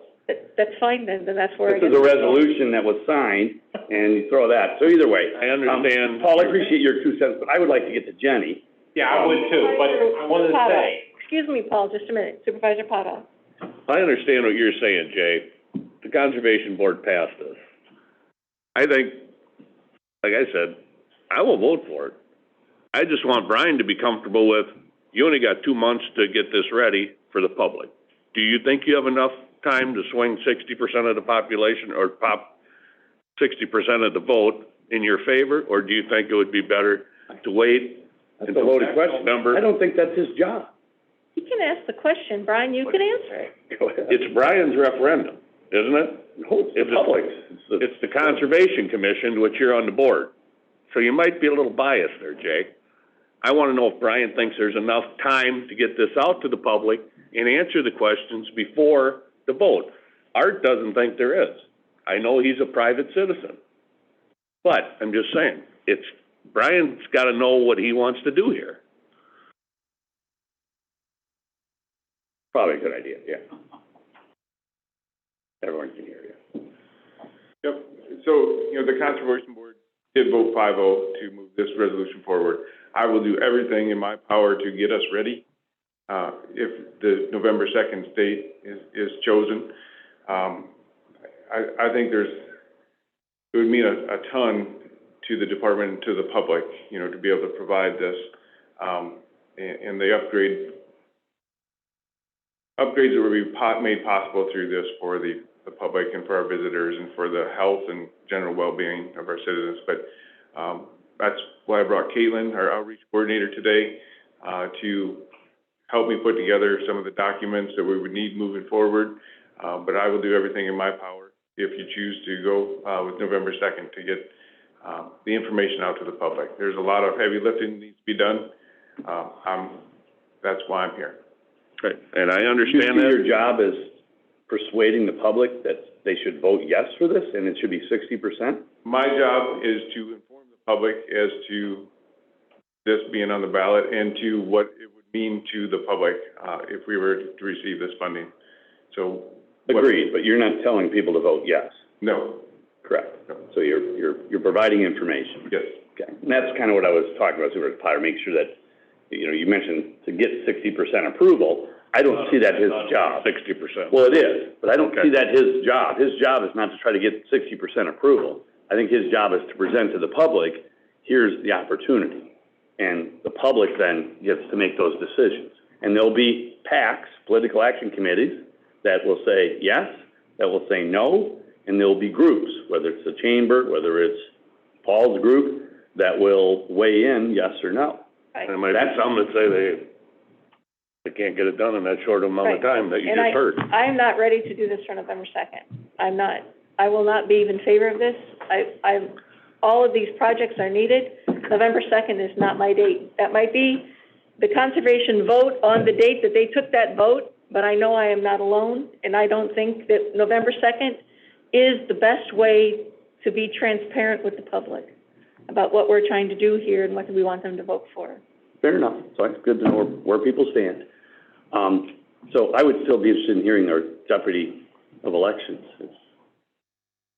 He has the patience of, and/or Kevin, just your 2 cents on what our options are, and maybe the information you sent to the email that didn't go out to Jenny, why don't you go ahead and kind of summarize what you put in it was in the packet for today. So I think the folks have the information. I guess we want you to summarize your packet that you provided to us, your memo of last week. Okay, so I just sent all the dates that you're eligible to have the election and when I need the resolution with the ballot language. So whether it's November 2nd, we got to get it by September 16th, or next year there's only 3 dates per Iowa law that we could have it on the ballot in March, September, or November of 2022. And then I just sort of listed estimates of what each election may cost with inflation and everything. And I said, don't hold me to it, just trying to give you a rough idea of the cost of the elections. And the November 22 election is the only one that would incur no additional costs, because we're already out doing everything that we'd be doing. November of next year. Of 2022. To some degree, there would be additional costs at any other election that we chose. So there would be costs for this November? Well, there's cost for every election, maybe you can clarify that. There's cost for every election. That's not, I guess, what I meant on that, but. Normally, the November election of 2022, the county has to pay when governor's on the ballot and everything. Like, we have to have an election that day. We don't get any reimbursement for the state, so putting it on there, it's not gonna make the cost really go up, because we have to pay for it all. And so for this November, what is the due date roughly that the board, because obviously if we do nothing, which government does a lot, then it just doesn't happen. And so November 2nd is a hard date and it's coming up. When would the board need to make a decision if it would choose to opt and place it on the ballot? When is that date? We would need a approved resolution and ballot language by 5 p.m. on the 16th of September. Of September 16th. That's a hard deadline. The ballot language has to be approved, has to be exactly what you want it to say. Roughly a month from today. Correct. 6 weeks before the election. Correct. Okay. And that has to do with being able to get the ballots printed on time. And you certainly would take it sooner, right? Absolutely. Yes. We would actually encourage it sooner. Okay. So sooner is better, but the last day to make it work for your system is that September 16th day. That's by law too, yeah, we can't take anything after that. Good. And coinciding with your meetings, that would be, the 13th would be the last available regularly scheduled meeting of September that you would have, unless you did a special session for some reason. Okay, helpful. Well, we meet every Monday, so I would hope we would be able to, we meet every Monday as a board of supervisors, so I would hope we could get ourselves organized enough to do this in a way to do that. Very good. Anything else we should know related to the elections? No, it's straightforward from our end. We just need to make sure we have the ballot language within the required deadline, and then we run from there. Okay. Thank you. Thank you, Jen. Thank you both. Thank you, Kevin. Stated the memo last week. That was very helpful, Jenny. Brian, I would have one request for you, in your, distribution of the funds. You could explain that out a little better. People have asked me, I'm not quite sure how to answer some of them. Obviously your park improvements and expansions, self-explanatory. Second, you have water quality, land protection, and habitat management. If you could explain that out a little further, because on the last one, you also have agriculture-related water quality initiatives, so you kind of got water quality in there twice, and they're kind of confused about how you're going to differentiate that. I said, I'll just have you spell it out a little further, so they can get the information out when I'm asked the question. That's all. Appreciate it. I will, sir. Not a problem. Brian, did you want to have Caitlin give us information? Did you want to have Caitlin give us information? Okay. In my last comments would be, I see this as really three issues. It's one of the issues is clearly conservation. The other issue is a quality of life issue, I believe related to health. And then the third issue, I believe strongly, is a workforce issue. And so having amenities that the general public has used extensively in the last 2 years here, and knowing that many of the younger workforce generation like parks, trails, outdoor activity, and hearing from our health professionals that there's nothing better than to get outside into nature It just seems like something that we should bring to the public, and then it's going to have a lot of public good. And so that's why I'm fully supporting it, and I just don't see any reason to wait. And so I'm a strong advocate, and will be presenting to the board in the next pursuing meetings opportunities to discuss this. I don't disagree with you, Jay. It is definitely should go to the public. My concern is obviously the November 2nd. If it doesn't pass, I don't want it coming back to say I forced the issue, because I'm making it very clear that the issue is not on the Board of Supervisors here, other than you to want to push it through. So if it doesn't pass, it doesn't come back and haunt me or Ann that we tried to force it through and that's why it didn't pass. I want them to have ample time to get the information out to the public. And like Art said, 2.5 months is not a lot of time to get your ducks in a row sometimes. That's all I want to say about it. But it's definitely, I'm definitely in favor of getting it out to the public for the vote. The timeline, I just don't want it. Supervisor Potoff, would you feel better if the board made a decision sooner rather than later? So let's say the next 2 meetings versus 4 to 5 meetings out. You know, that. Well, I think we definitely have to make a decision here. Jenny needs it by September 16th, not the last day. We could have a resolution next week with ballot language in front of us. Is that what you'd want? I think I'd still want some information that I have to get back to some individuals on how much more it would cost a 300-acre farm or whatever. I want to know. Maybe next week we could do a cost estimate to cover that. If you could get that stuff covered, then I'd be good. People ask me questions. I want to get them answers before I'm moving on stuff. The other thing that's been asked of us is accountability as supervisors and the Conservation Board. So exactly what projects you're spending the money on, and then the accountability that is in fact what the money is spent on. How does that work? Well, there's process, so we aren't reinventing the wheel. So we could certainly look at the other counties that have done it well. I don't think there's been any lawsuits or any problems or any difficulties in the other counties that I have seen or heard. So I think we could follow their process. So I'm confident we're smart enough to figure that accountability out. But the ultimate democracy is placing it on the ballot. You know, and so I wish it to not be hidden on the ballot, and that it should be known that it's on the ballot, and that it's a time when people vote for things. That's why we're talking about it. But we're not doing anything more than talking about it. We're not doing any outreach. We're not doing any higher discussion. There's no discussion here about how to get ready so that our community is informed. I feel hurt. I thought our meetings were important. I guess you get to feel hurt as well as offended. I mean, you're saying a higher meeting.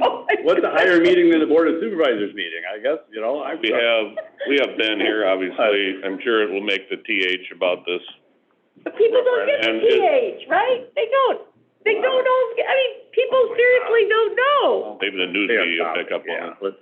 They don't know, and that's our role, is to not just take what conservation says, but to make sure that our community is able to participate. That's our role too. Mm-hmm. It's not as if I'm saying it shouldn't go or doesn't have worse. Of course it does. But it has to be in a timely manner when people can be informed. Maybe I can rush. I can give a summary of the groups. So there's been at least 15, and Art might comment on this, he's been in some of them, at least 15 groups that have had discussion of this. And they include boards that I'm on, the Chamber being one of them, Conservation, who originated and signed this. This is our 3rd or 4th Board of Supervisors meetings. There's been various private groups that have experienced this discussion and have in their own private groups voted on this. We had a representative today just say to the public, here's what I've been doing. So to make this seem like it's hidden when we're here sitting in public on a recorded Zoom, and we've got a member of the press and another 30 people present, I don't know where you're coming from. So this is clearly an issue. It's been in the paper. It's been around. We're talking about it in public. We're being as transparent as we can. And then the next level is to get it to the people. And it doesn't stop. You know, it doesn't stop if we would put it on the ballot, decide to put it on the ballot next week. I mean, we work every day. So does the TH. So does conservation. So does organizing groups. I just really don't understand where you're coming from, Supervisor McDonough, on this hidden thing. Nothing is hidden. You just met with a group that represents maybe 3,000 farms in Dubuque County. And they felt that it was hidden from them. Oh my God, and then you just talk to them and hopefully they're not hidden anymore. Couldn't answer all their questions. Fair enough, fair enough. Knowledge takes time, okay? That's fine. I didn't learn everything in one day about this or anything. And so I think that's our opportunity, and so that's where I think we are today. So I'm very comfortable where we are today. I'm very comfortable not knowing everything, because I think we'll get there, and I'm very comfortable getting this in front of the people. But I can tell you clearly, there's been conversation throughout Dubuque County related to this. And hopefully today serves as another proof point of that conversation. Podium 2. Our coalition group has been meeting with with organizations in Dubuque. We have not been standing idle, but we also haven't, gotten anywhere near complete with that work. So that's part of the work, part of what's telling us that we need more time to make those contacts. We believe that the success of this project is going to come from meeting with many individual groups, and not just in Dubuque County, where most of our efforts have been focused up to this point, but all around the county. And there's a lot of organizations, a lot of groups to meet with, and just a lot of groundwork that needs to be done. And once we got into that work, we realized that we don't believe we have enough time to do it effectively before a November 2nd, 2021 election.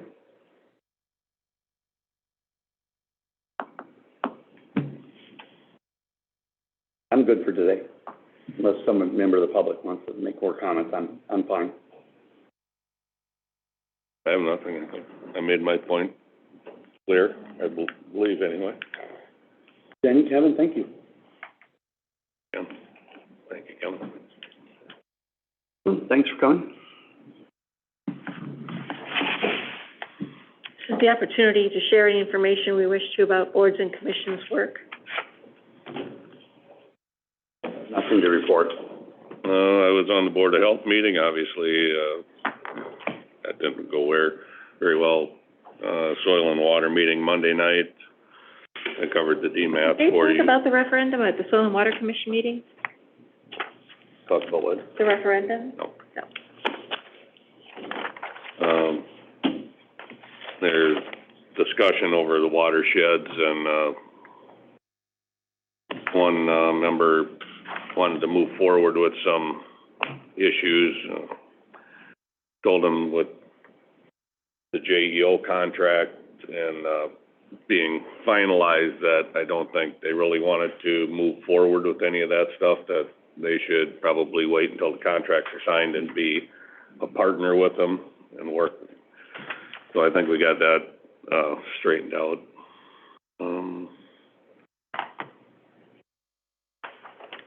Other than that, that's about it. DRA meeting tomorrow, board meeting tomorrow, and they're going to probably be releasing the grants in the next week, or notifying those that received grants anyway in the next week or so. Thank you for being part of that board. Should be It's been a interesting. couple years. Probably a fun process, I suppose, going through those community stuff. I wasn't part of it, but. Oh, they didn't? There's nothing further. Looking for a motion to adjourn. So moved. I will second. Motion and second to adjourn. All in favor, say aye. Aye. Aye. Aye. Motion carries. Thank you.